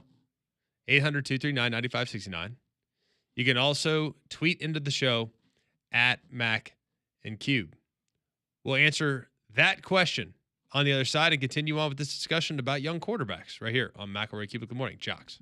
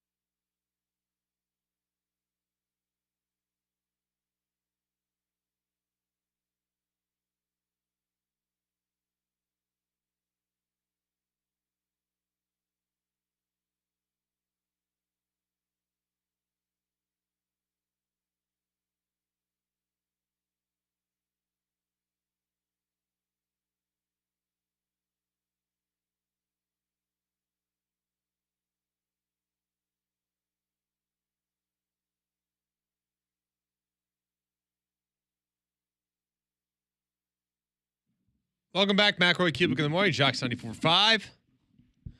All over the great state of Alabama, up in Huntsville on the ump. Jox 740 in Montgomery, Jox Mobile. Awesome to have the reach we have here in the great state of Alabama. Also awesome to be talking about some college football on July 24th. We're just about a week away or so from many, many teams getting underway. Tons of teams getting underway. I even think there might be a team or two starting up like today or tomorrow. I believe Kansas State and Iowa State start practice here momentarily.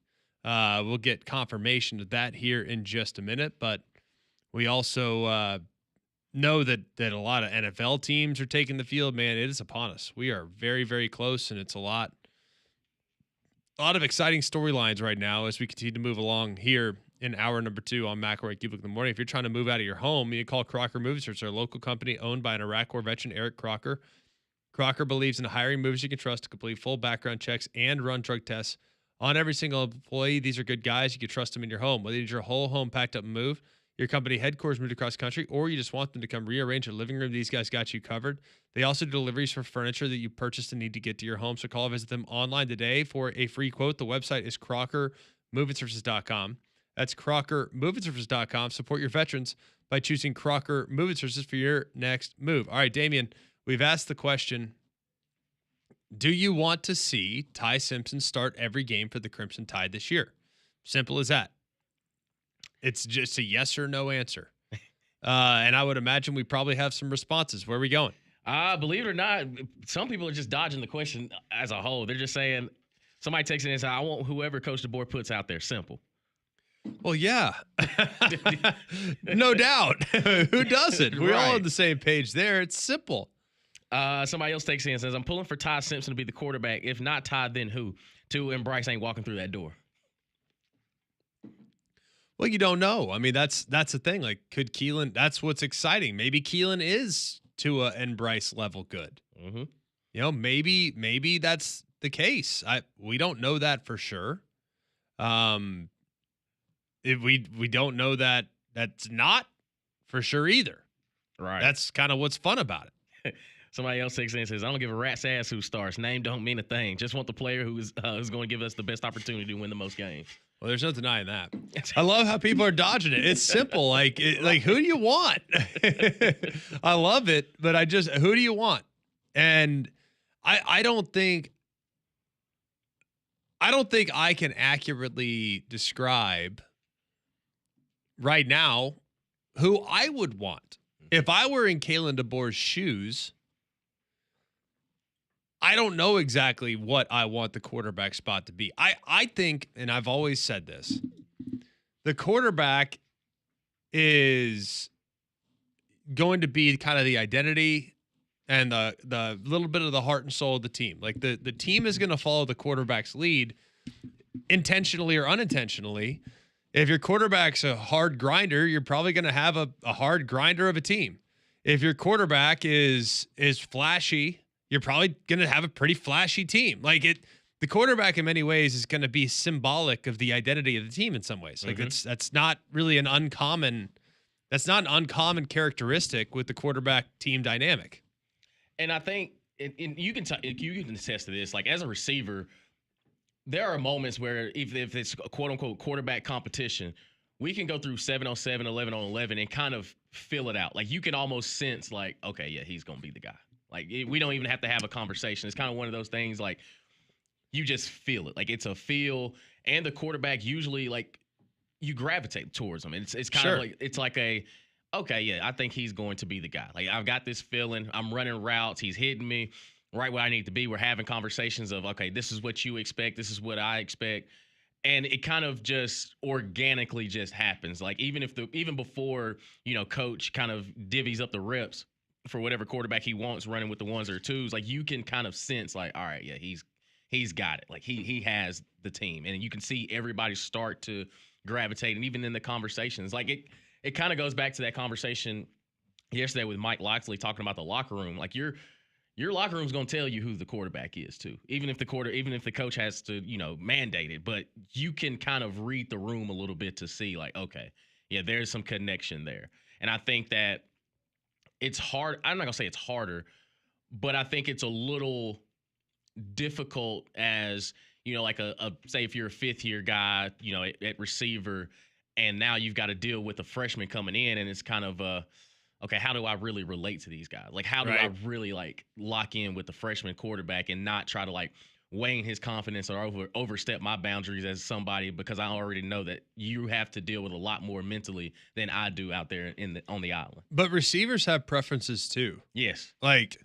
Some receivers like a guy that's going to drive the ball. Some receivers like a guy that's going to kind of float it over the top. Some receivers are great on downfield routes, so therefore they want a quarterback that's great on downfield throws. It doesn't necessarily be one size fits all. There are going to be receivers in the locker room. They're going to have preferences, and that's not uncommon. It's not abnormal. It's actually very normal and not a problem. They're going to be guys that get along better with a guy. They're going to be guys that have a better friendship with a guy. That's not, and sometimes it's not the starter, and that's okay. Maybe they came in the same year, or they were on their visit together, or maybe they played high school ball together. That's not uncommon. So it's I think unique with the quarterback relationship. So my answer when people ask me who do you think's gonna be the guy? I've said from the get-go, I think it'll be Ty to start. I think he needs to go earn it in fall camp. He needs to go win it. I mean, he's got to go show everybody on the roster, hey, I can do this. I'm the guy.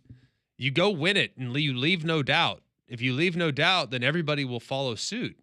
If you kind of twist in the wind and have some good days, have some bad days, and all of a sudden this thing keeps going, the longer it goes, the more it gives a guy like Keelan or Austin Mack time to close that gap that existed at the end of spring practice, according to the coaching staff. The longer this goes, the more time those young guys get, the more time they can the more they can advance to get to the point where it could become a little bit more of a toss-up with who the team prefers. So, I think Ty's got the best shot at it, but the longer it goes, the more in doubt it becomes, the more likely it is that we see multiple guys this year. So it'll be interesting to see how this whole thing goes throughout fall camp. The other thing I'd say, too, is I am 100% on board with whatever the identity of the team needs to be. If this team is going to be a ground and pound outfit, I hope they are. I think they got great skill on the perimeter. I like a lot of what they've done at the receiver spot. I think they got two young receivers that are going to catch everyone by surprise, and they're going to have three guys that we know exactly who they are with Jeremy Bernard, Ryan Williams, and Isaiah Horton. The other two young guys, I think, have a chance to be exceptionally good, and I'm excited about them. I am. There's a lot of buzz about what the young guys might look like.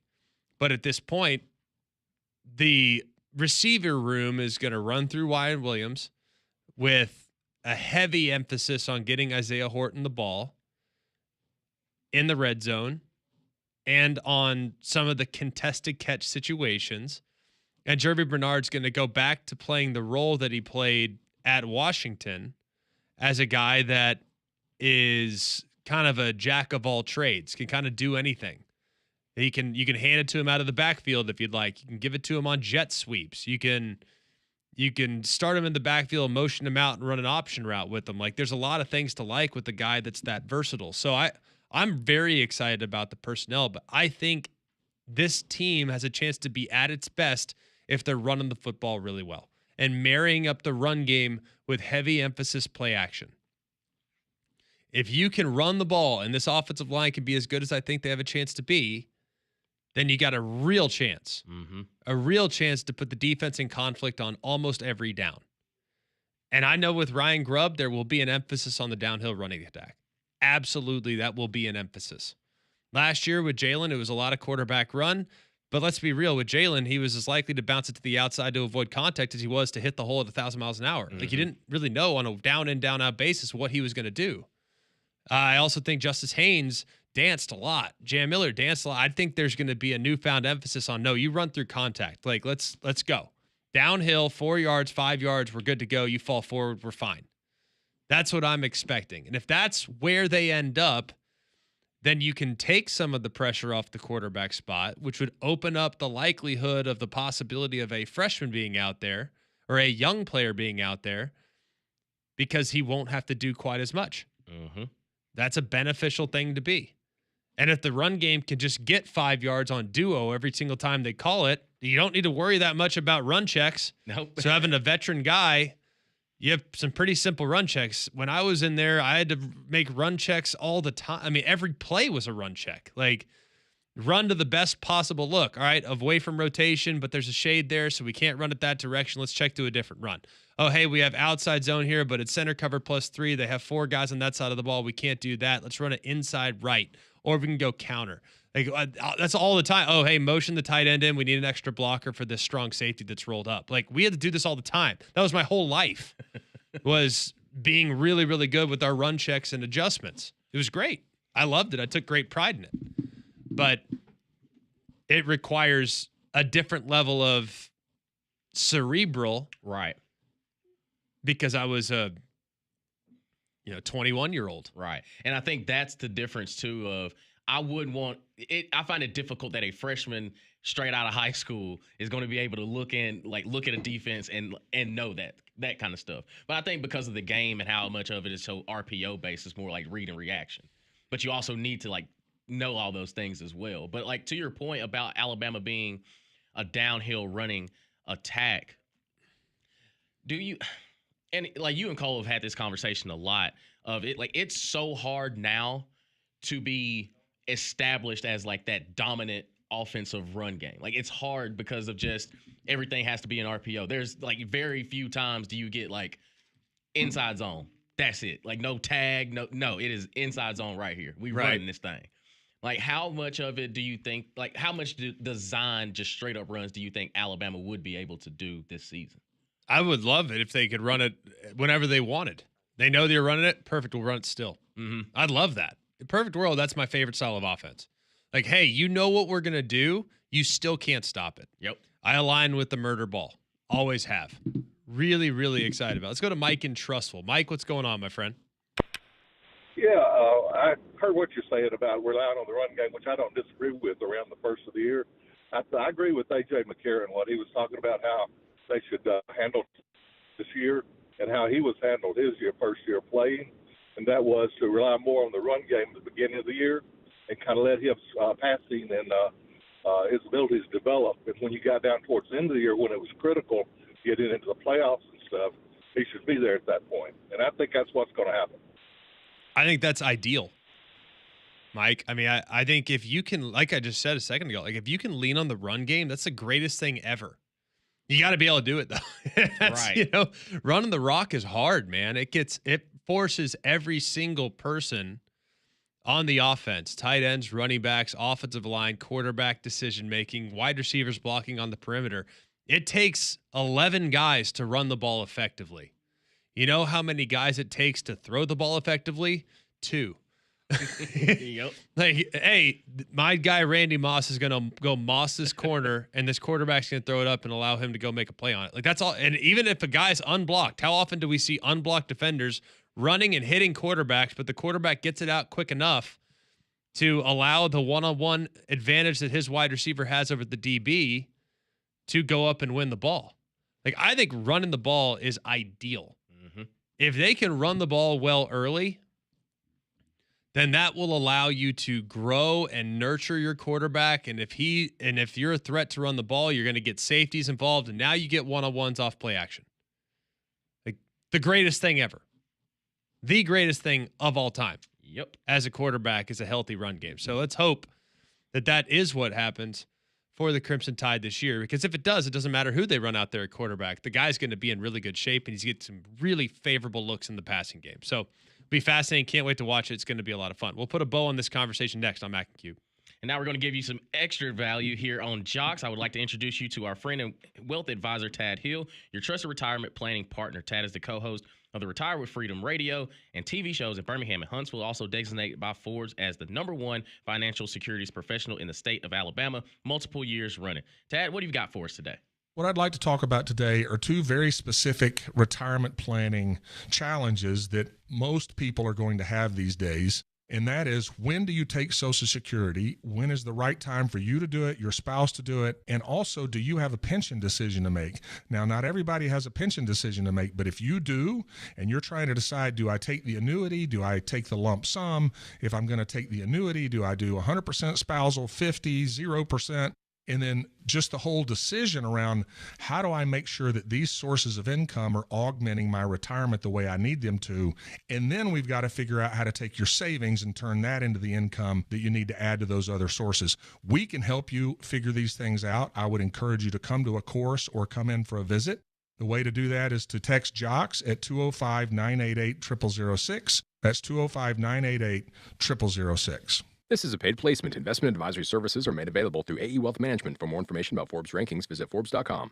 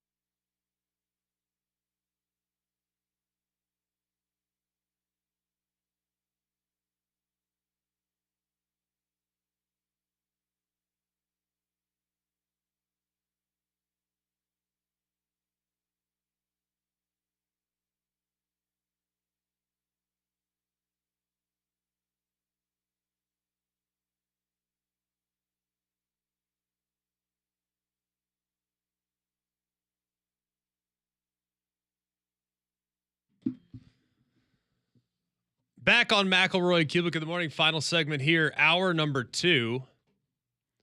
Good discussion over the last really 54 minutes. Just talking quarterbacks, playing freshmen, going young at quarterback, what Alabama should do, what the Alabama fans want Alabama to do. It's been kind of fun, kind of bouncing it around. And I don't think there's a wrong answer, but we can all agree that the best case scenario for the Tide this year is to have a really productive run game. You could have the greatest quarterback on planet Earth. I really don't care. I still think a good run game is ideal. John Elway was a Hall of Famer, and Terrell Davis is what led to them winning 2 Super Bowls. And he's all-time great quarterback. But until Terrell Davis got there and they started rolling in the late 90s, like, they couldn't get over the hump. A healthy run game is the key. It will always be the key in my eyes. You want to throw it all over the yard, be 60-40, pass to run, that's fine. I still think 50-50 is ideal, and will always believe that. And will go to my deathbed believing that a run game is more demoralizing for the opposition than just winning some one-on-ones and creating some big plays through the air. Well, you got to think, man. I mean, Derrick Henry, when he in his Heisman Trophy year, I had never seen somebody like in back-to-back games have 35 carries, 40 carries, 28 carries. And it becomes just like, okay, it's the fourth quarter. We have been trying to tackle this brother all game long, and now when they're about to put the nail in the coffin, he is getting stronger with each carry on the backstretch. And it's just demoralizing as a defense, to your point. And, I mean, if you're Jake Coker, when that play action gets called, it's pretty fun. It's amazing. It's beautiful. Yeah, amazing. There's nothing better in the world than a good quality run game. It's the greatest thing on planet Earth. God should have never allowed people to invent the forward pass. The game was stronger back then. But I'm glad they did. Me too. It kind of made my job a little bit more fun. That's for sure. I can assure you that. All right, when we come back, Wimp Sanderson will join the show. We'll ask him a little bit about his favorite style of offensive football, and maybe we can ask him a little bit about playing young players and the challenges that comes along with playing young players when we return here in hour number 3 on a Thursday edition of McElroy and Cubelic in the Morning on Jox.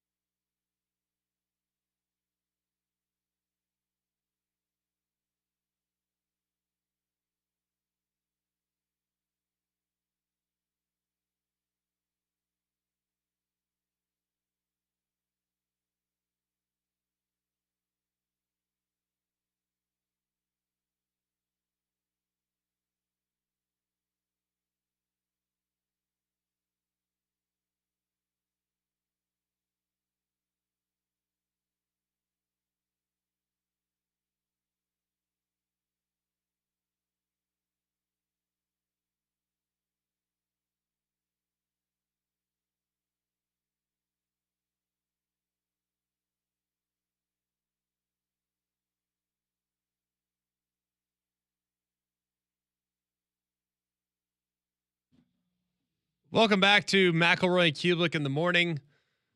It is 9 o'clock here in Birmingham, Alabama, hour number 3. And he joins us each and every week thanks to our friends at Coke and Piggly Wiggly. It's the coach, Wimp Sanderson.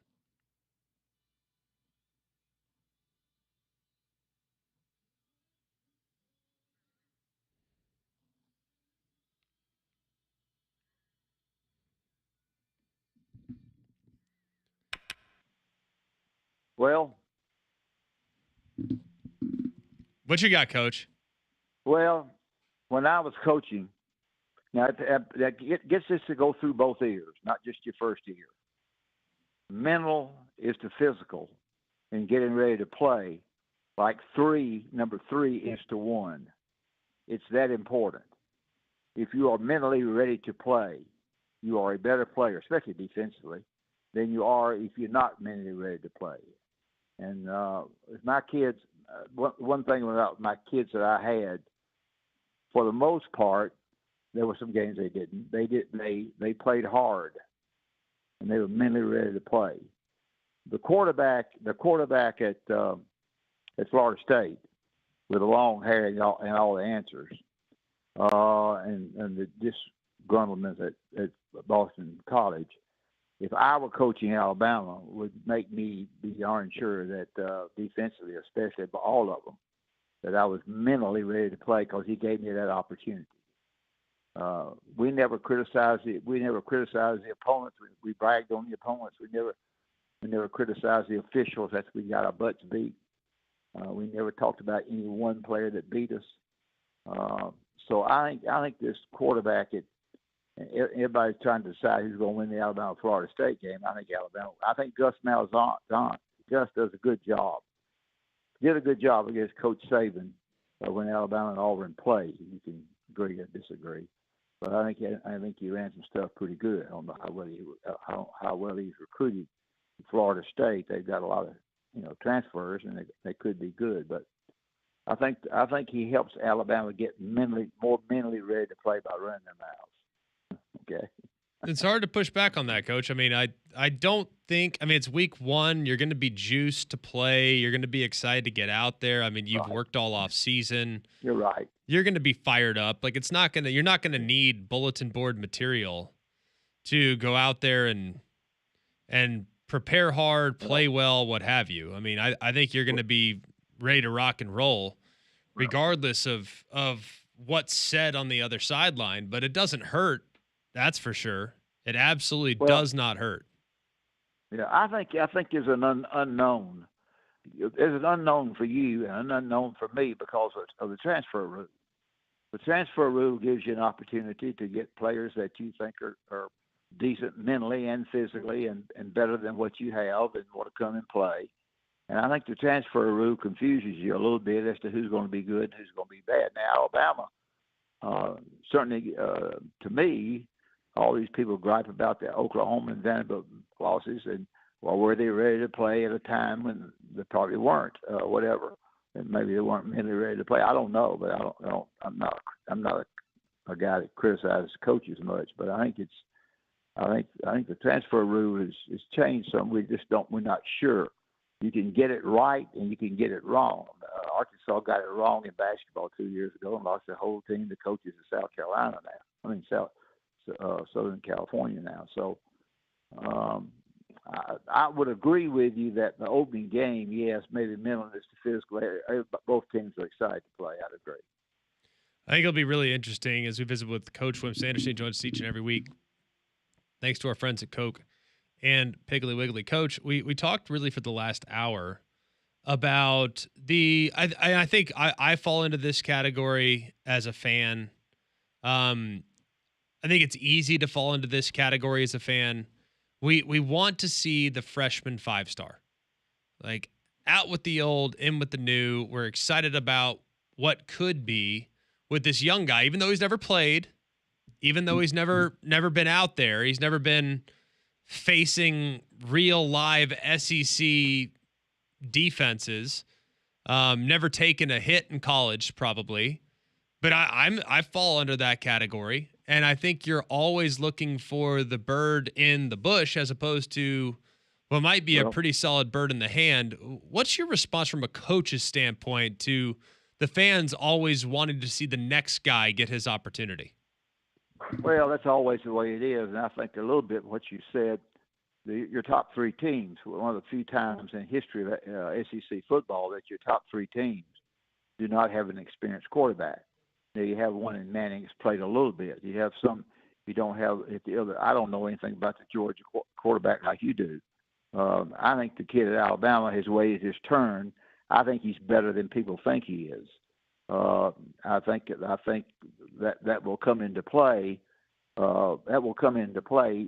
Just what you're talking about. If he doesn't play well, we shouldn't have taken him. We should get the guy that really is better than he, the guy from SMU or whoever. Those two players, the guy from Washington. But I think that comes into play with what you have said. Let's get him out of there. I think he'll be ready to play because I think he's mentally a tough kid, and I think everybody, you would be very uncomfortable being a mother and daddy of coach of the Manning kid when they go to Ohio State. You just would. You'd be a nervous wreck. But I think that's where fans are. It's always. It's basically speaking at Alabama. I was here before you were born. The offensive coordinator has no chance. Now I know that you're not going to get on here and criticize that offensive coordinator. You'll probably say to our fans, we had one that was better than the other in what we did. But I think the offensive coordinator catches the guy that's running the football. The blockers and the guys running the football is responsible. Even though you may call bad plays or not read the defense as well at times, but I would think if you're a good offensive coordinator, it's more lays in the hands of the guys who play. But you're right. This is a case for these three teams to look for number two. Not so much at Texas, but I think at Alabama and Georgia, they're ready to find somebody else if they don't play. This is the reason Alabama's ready for a quarterback to transfer. And the reason for that is they signed a quarterback the other day, just in case, the general manager there, just in case that number 2 and number 3 are disgruntled and won't get to play enough, that they'll be down to 2 quarterbacks, so they move it to 3 by signing this guy.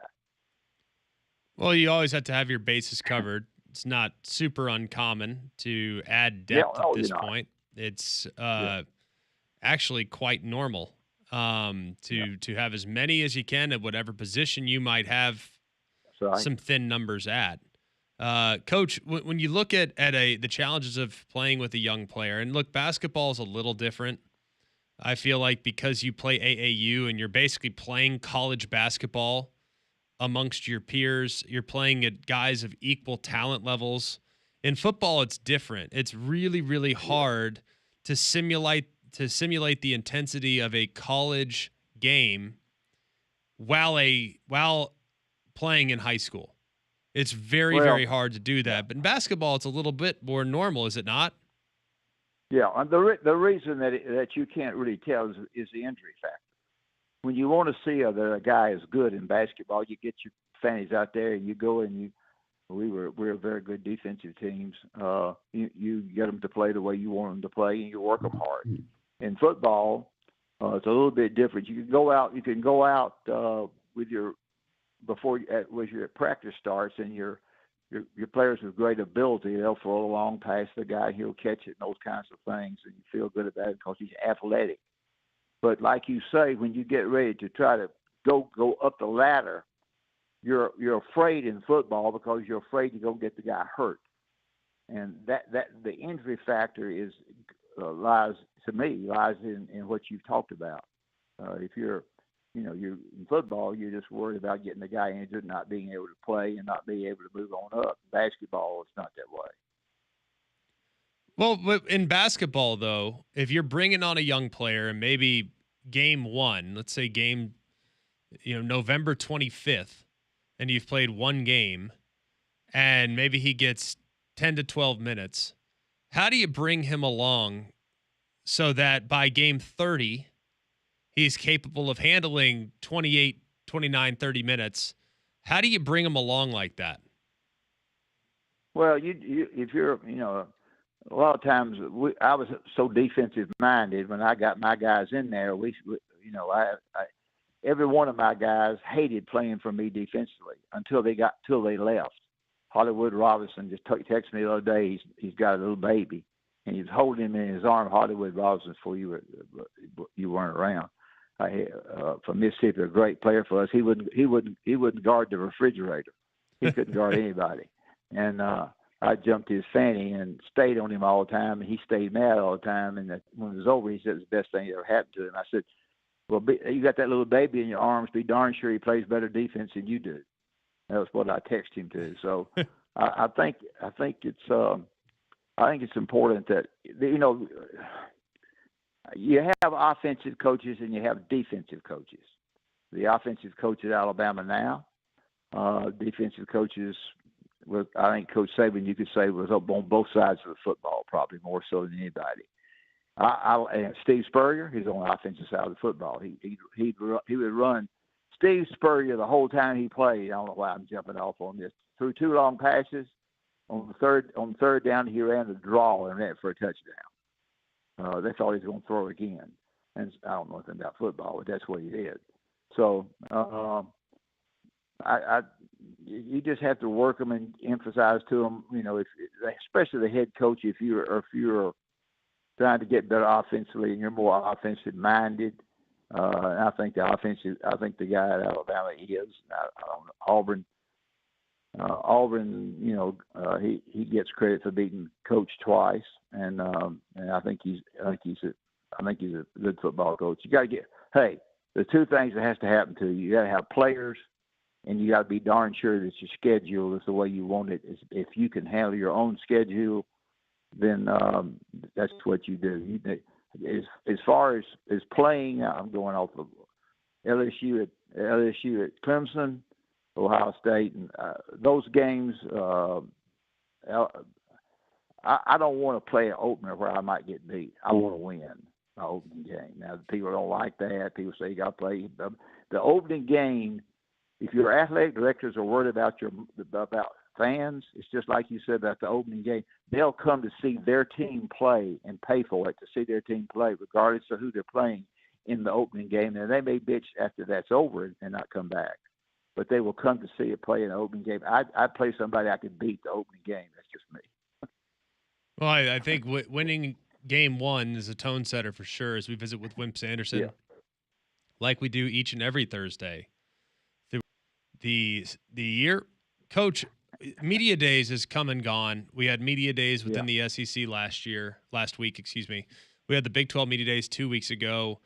Today is the final day for both the Big 10 and for the ACC. I've sensed there was once a time, and it was even as I've been doing this now 12 years. I've been to 12 media days, not including my one as a player. I feel like there was a time when coaches were kind of, I don't know, they were characters in some ways. Like, it was really fun. And they would showcase their personality at the podium, and they would poke fun at other coaches, and they'd have some friendly banter. And it was always, I feel like news was made. I mean, a couple times a day, someone would say something and we'd be like, whoa, that's hilarious. Or, whoa, that was amazing. Or, wow, how thoughtful. You're dead on it. We're not getting it. We don't get that anymore. No, I feel like every coach is really, really guarded and kind of afraid to kind of let the cat out of the bag, if you will. Why do you think that's changed so much? Well, I think they think the media now will take that story and make something big out of it when it's something small. When I was coaching, and I know nobody wants to hear basketball, you don't even know these kids. They had Sonny Smith, who was the character. Did what I did. Dale Brown was we had basketball coaches that were really fun and really different. When I did mine, I downplayed our season, saying we had good players. If we did, I was very careful not to. The main factor going into whether you're getting fired or not is expectations. That's the key word, expectations. If the expectations are high and you make them higher by getting up there and bragging on your team, then the expectations get up more. So you're dead on it. It's not like it used to be and a lot of things are not like they used to be. Everything changes as life goes, and mine has gone on a long time. So I don't like to be called an old man, but that's okay. So, well, it's not a bad thing, Coach. I just found that media days used to be a real source of entertainment, and now it's more of a source of let's not say anything. Yeah. Yeah. Well, and I think that you're exactly right about that. And as you mentioned that you say that you went once as a player. That's pretty important. I listened to Yak about who they were taking at Alabama to the media day.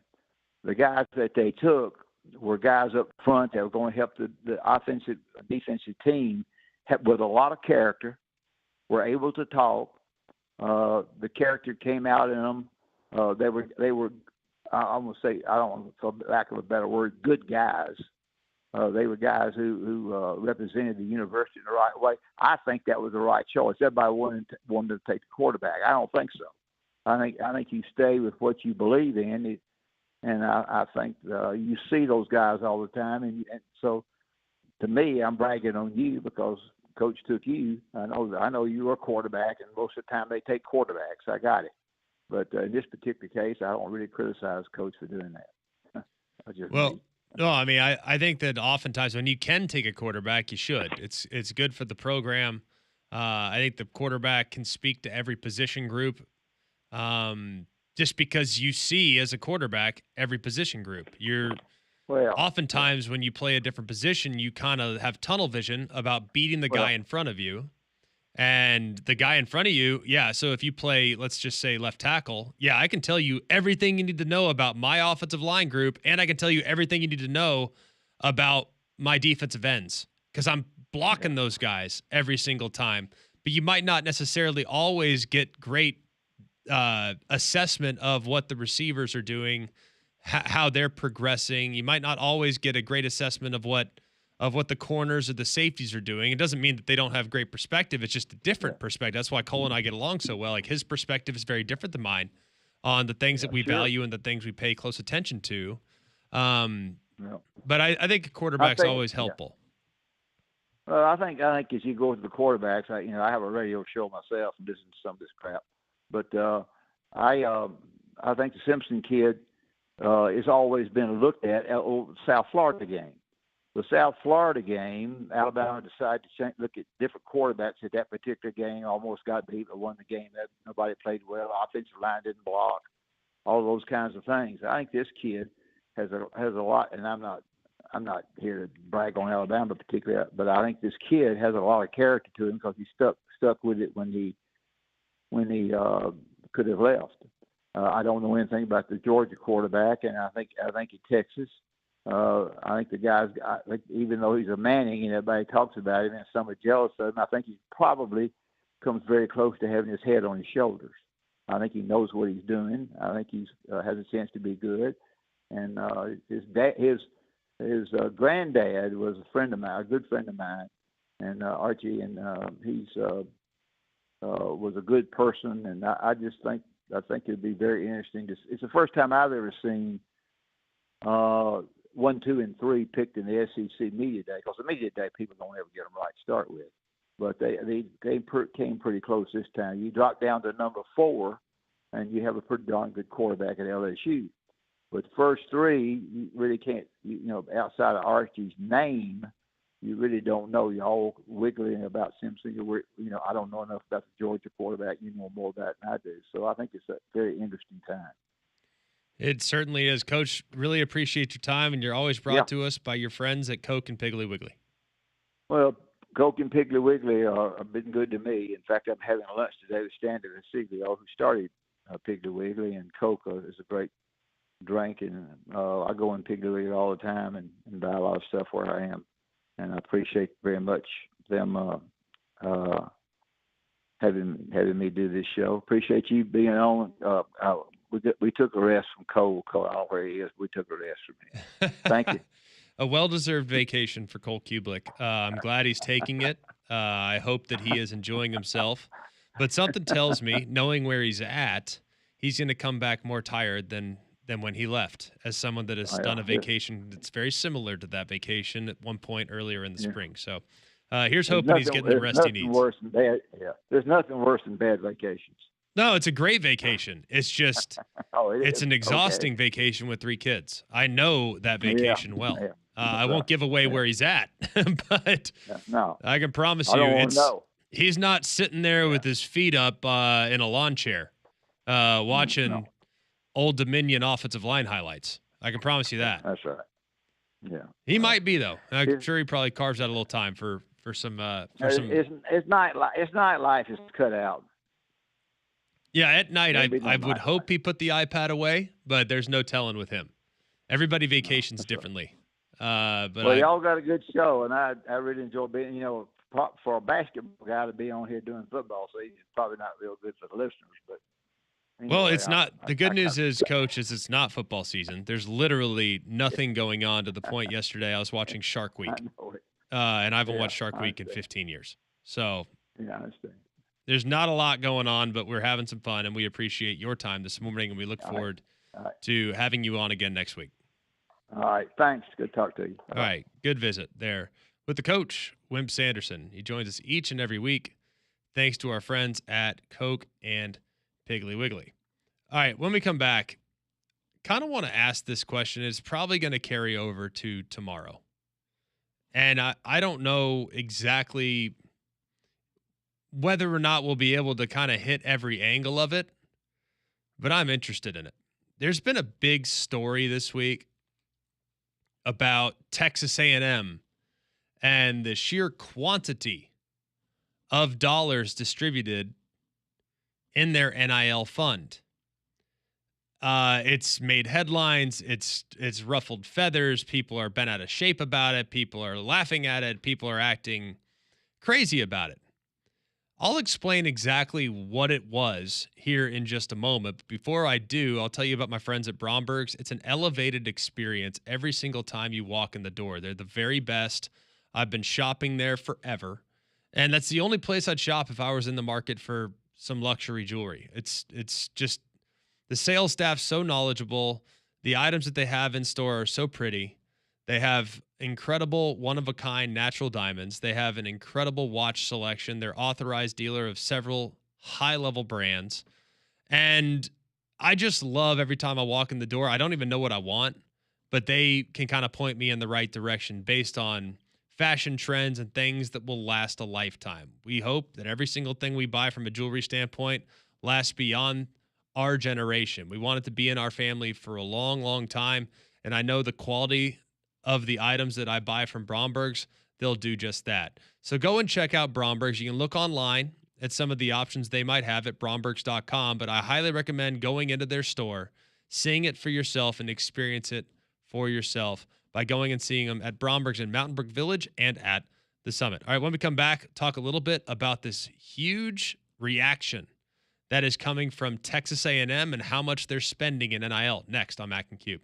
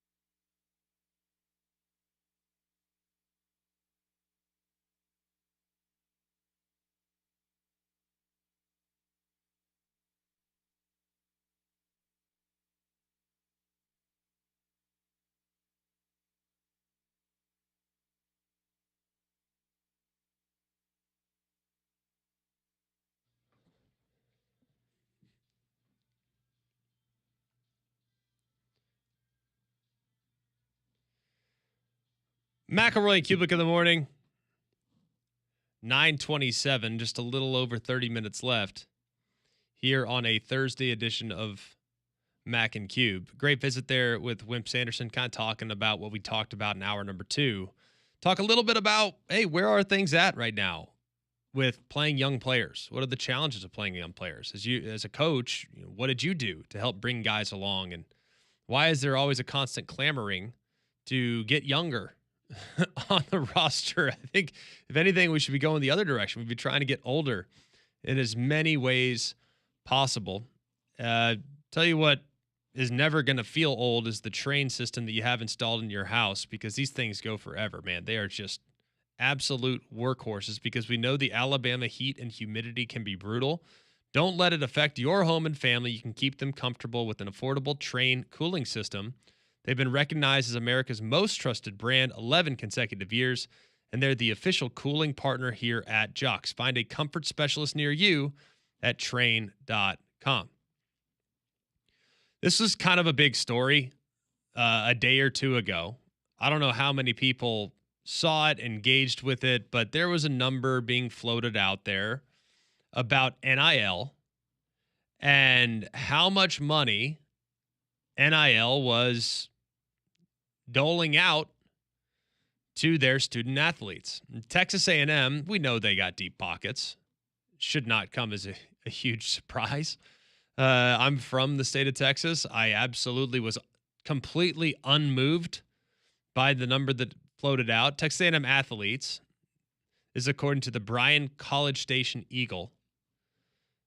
They received a total of $51.4 million in name, image, and likeness deals from July 1st of 2024 through the fiscal year June 30th of 2025.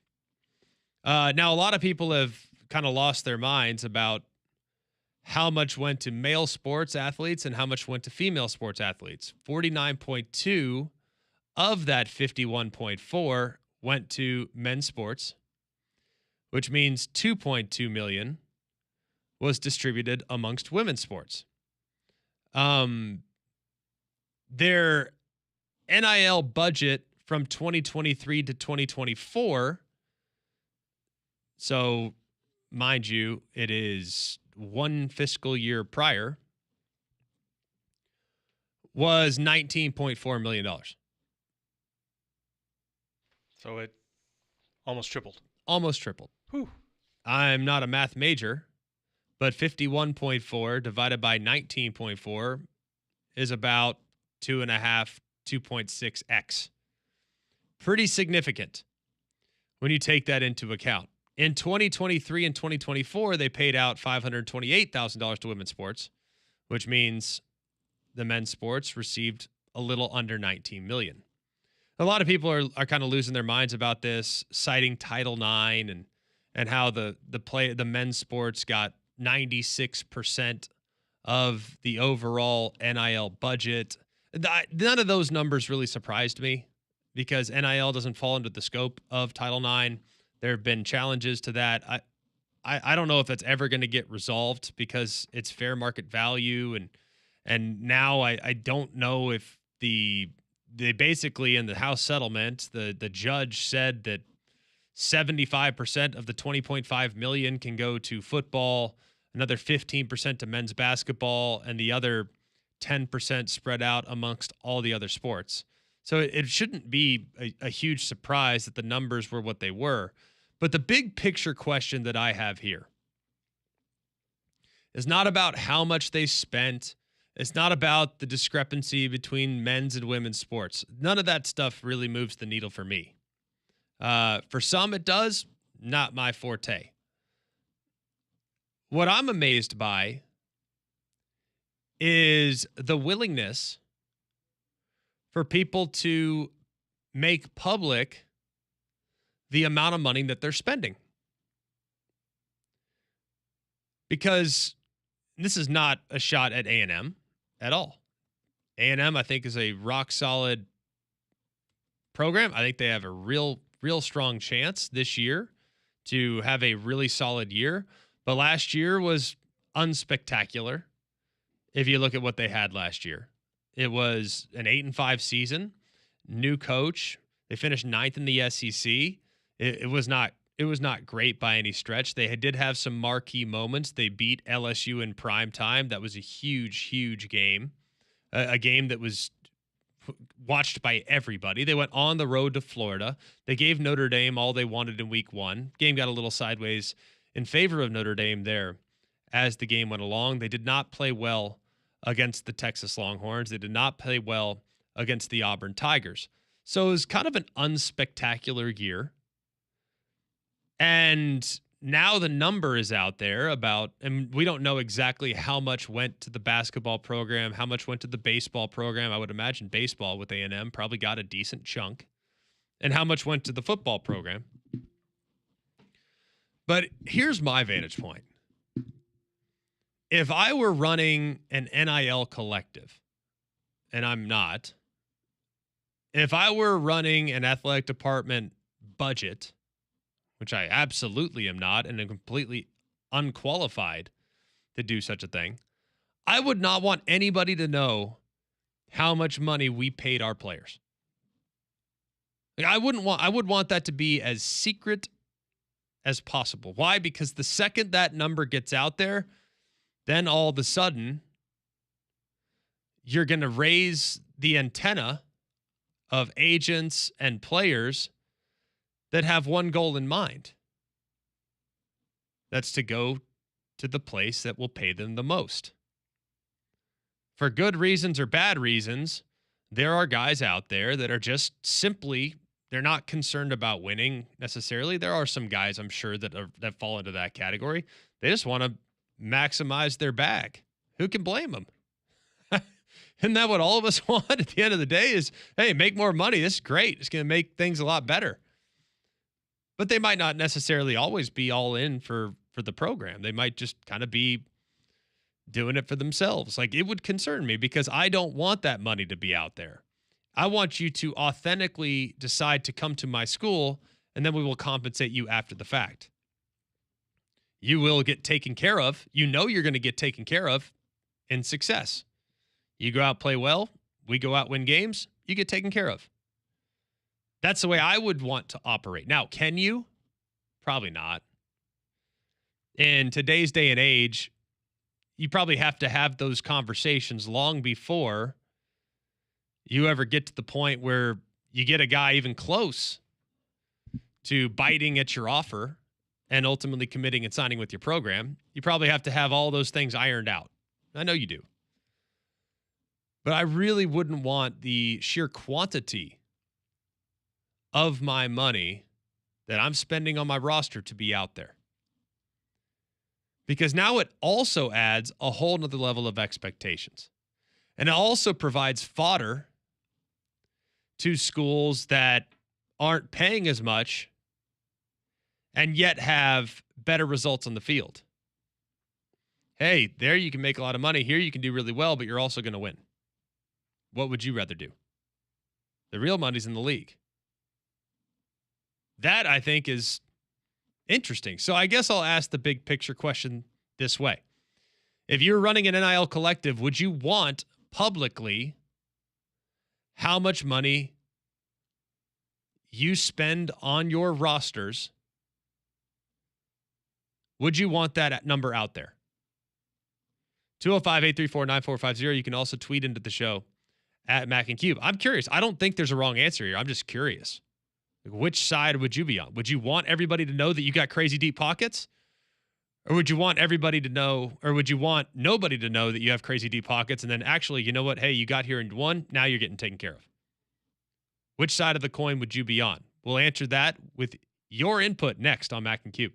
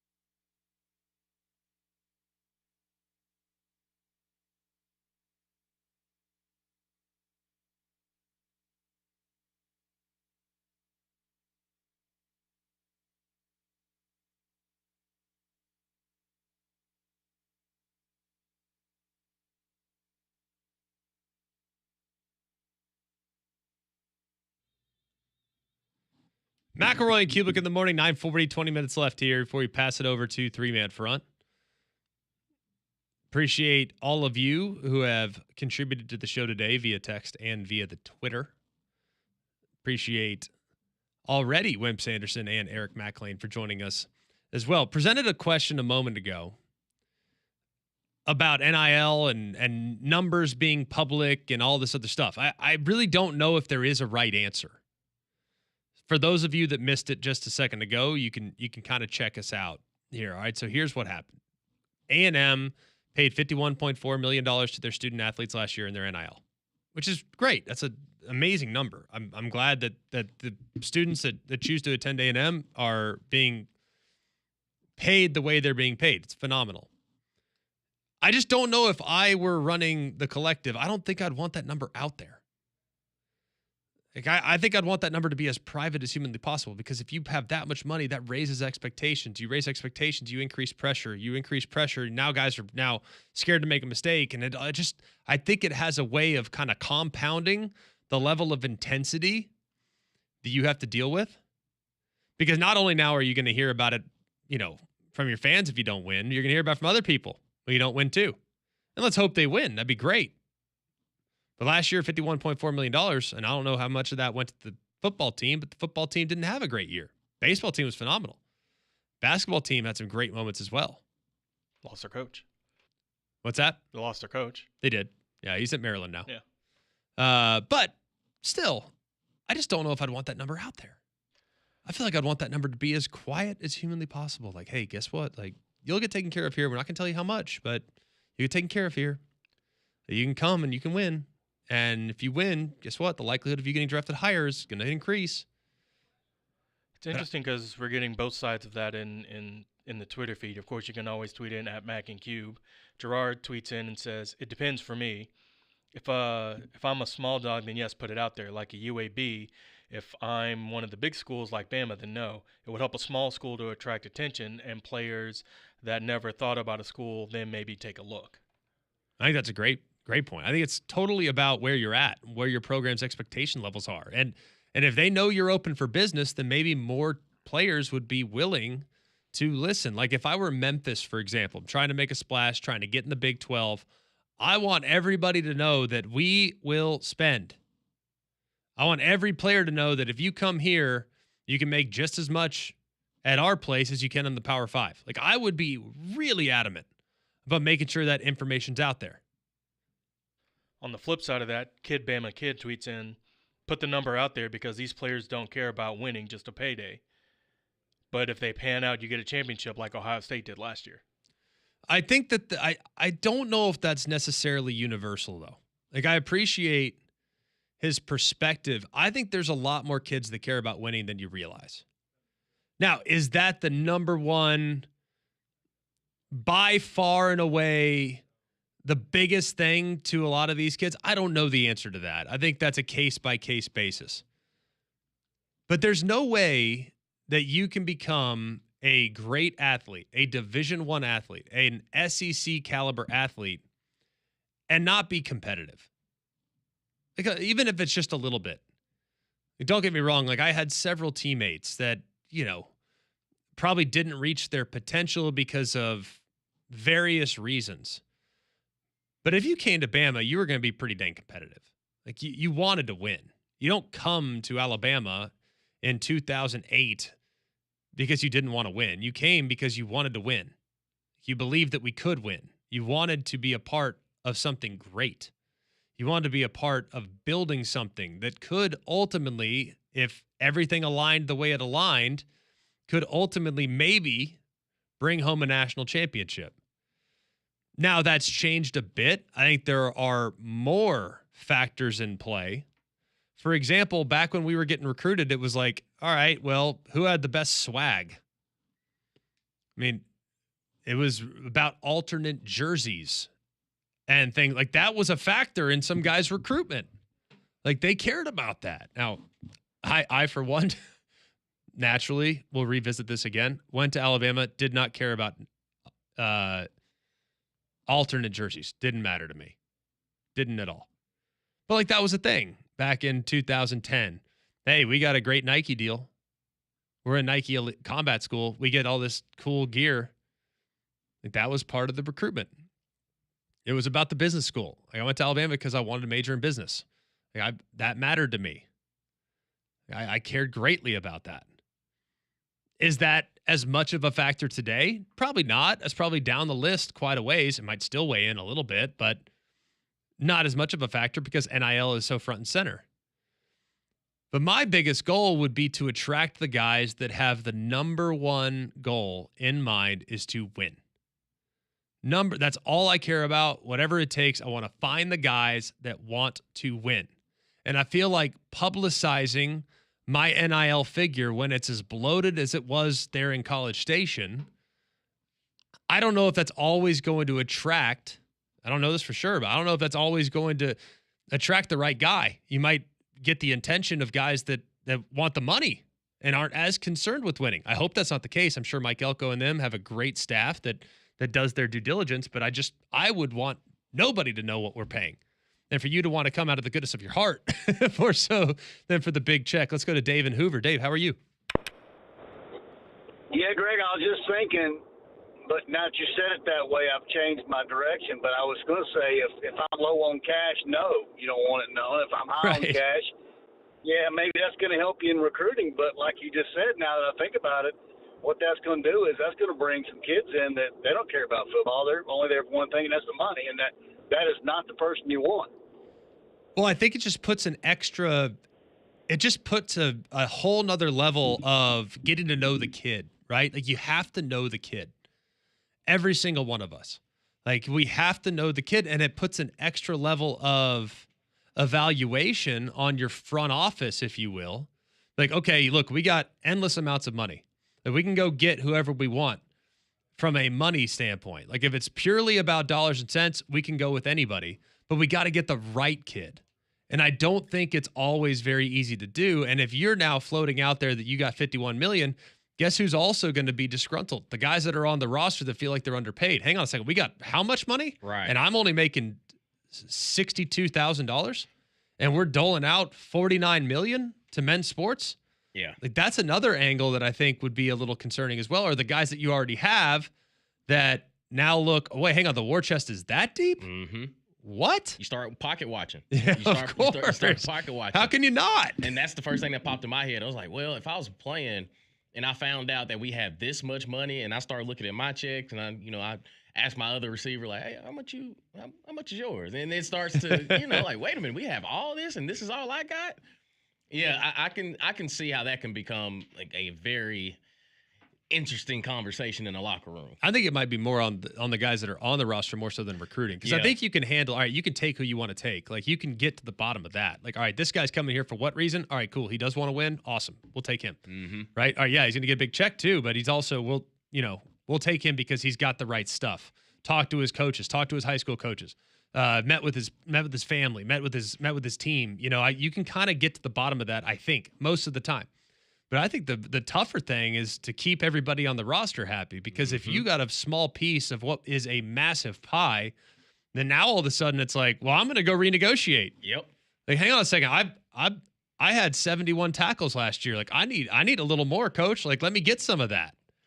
Which, by the way, who can blame the player for that? Incentives, man. It's like, wait a minute, I hit my goals the past 2 seasons. Where's the extra bread? Out of the $51 million, I know I can get a little bit more on this next contract.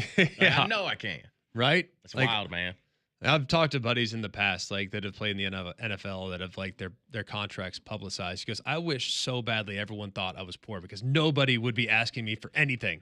You know what I mean? Like, they would just say, like, we're good. Like, they don't expect you to pick up the bill at dinner. Right. They don't expect you to, hey, you know what? We're going to, we want to go play some golf. Hey, you got us today? Like, right. You know what I mean? Like, Sanchez be like, man, I hate that everybody knows how much I made. Like, I'm not taking you on the helicopter to New York. Like, we'll ride the train. You know what I mean? Yep. Like, it was just, I think that's, and it's one of those too, where it does help you in recruiting. Mm-hmm. How could it not help you in recruiting? It has to. Yep. So I think it's a little bit of a catch-22, where while it helps you in recruiting and positive buzz can be created around your program, and you're in the news this week on a week when it's slow as can be, but But also at the same time, guys on the roster might see that number and not be real satisfied with where they're at on the totem pole. And now all of a sudden you're having to renegotiate with guys that you already have.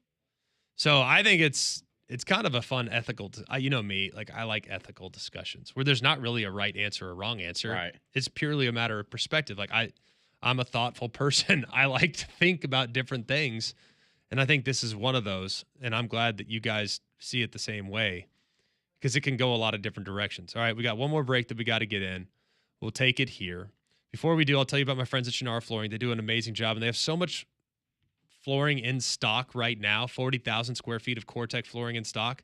And I really, really appreciate knowing that right now, that Core-Tech, which is highly durable, 100% waterproof, pet-proof, kid-proof, you name it, it's going to increase the value of your home or business. You can get it right now for $10 off per box if you order it from Shannara Flooring. So go and check them out at fooandyou.com. That's fooandyou.com. Choose Shannara Flooring. They'll take great care of your home or business. When we can come back, put a bow on the show, and cap off this discussion next on Mac and Cube.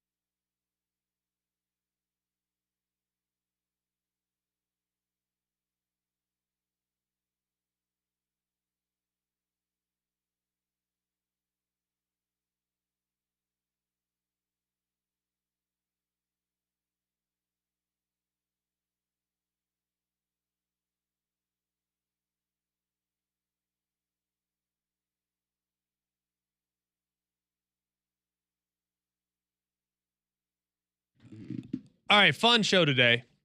Appreciate Wimp Sanderson and Eric Mac Lain joining the show. Tomorrow's show, we have no guests. We're just going to fill it up with a bunch of nonsense. I'm not sure what yet, but we'll figure it out. We always do. Maybe do some ACC, SEC, maybe do some Big 12, We do some more NIL. I do think we need to talk a little Auburn at some point tomorrow. I think tomorrow we need to hit what is success for Auburn this year. I think that's going to be a big theme of the show tomorrow. What is success? Under par. Under. Come on, man. I get it. So we're going to Auburn radio tomorrow? I don't know if we'll go Auburn radio, but we'll get a little Auburn in tomorrow for sure. I say be careful. I think we'll do that for a lot of the SEC teams. Like, what should the fan base be happy with tomorrow? I'm down. Like, with those teams. We get on board with that? I'm down. I think Vanderbilt will be an interesting conversation. $49.2 million, and you're making $36,000 playing DB for the Aggies. How mad are you right now? I'm just seeing if Coach Elko got a couple minutes to. Hey, Coach. I'm gonna stop by the office real quick. Let me pop in there. I had 3 tackles last year. I need you to at least break me off a little more than 36. I feel like that feels fair. It is. It'd be interesting. It'd be reasonable. I think Aggies should be good this year, by the way. I'm a believer. And we'll talk about the Aggies tomorrow. We'll dive into a bunch of teams tomorrow. What does a successful season look like? That's coming up on a Friday edition of Mac and Cube. 3-Man Front is next.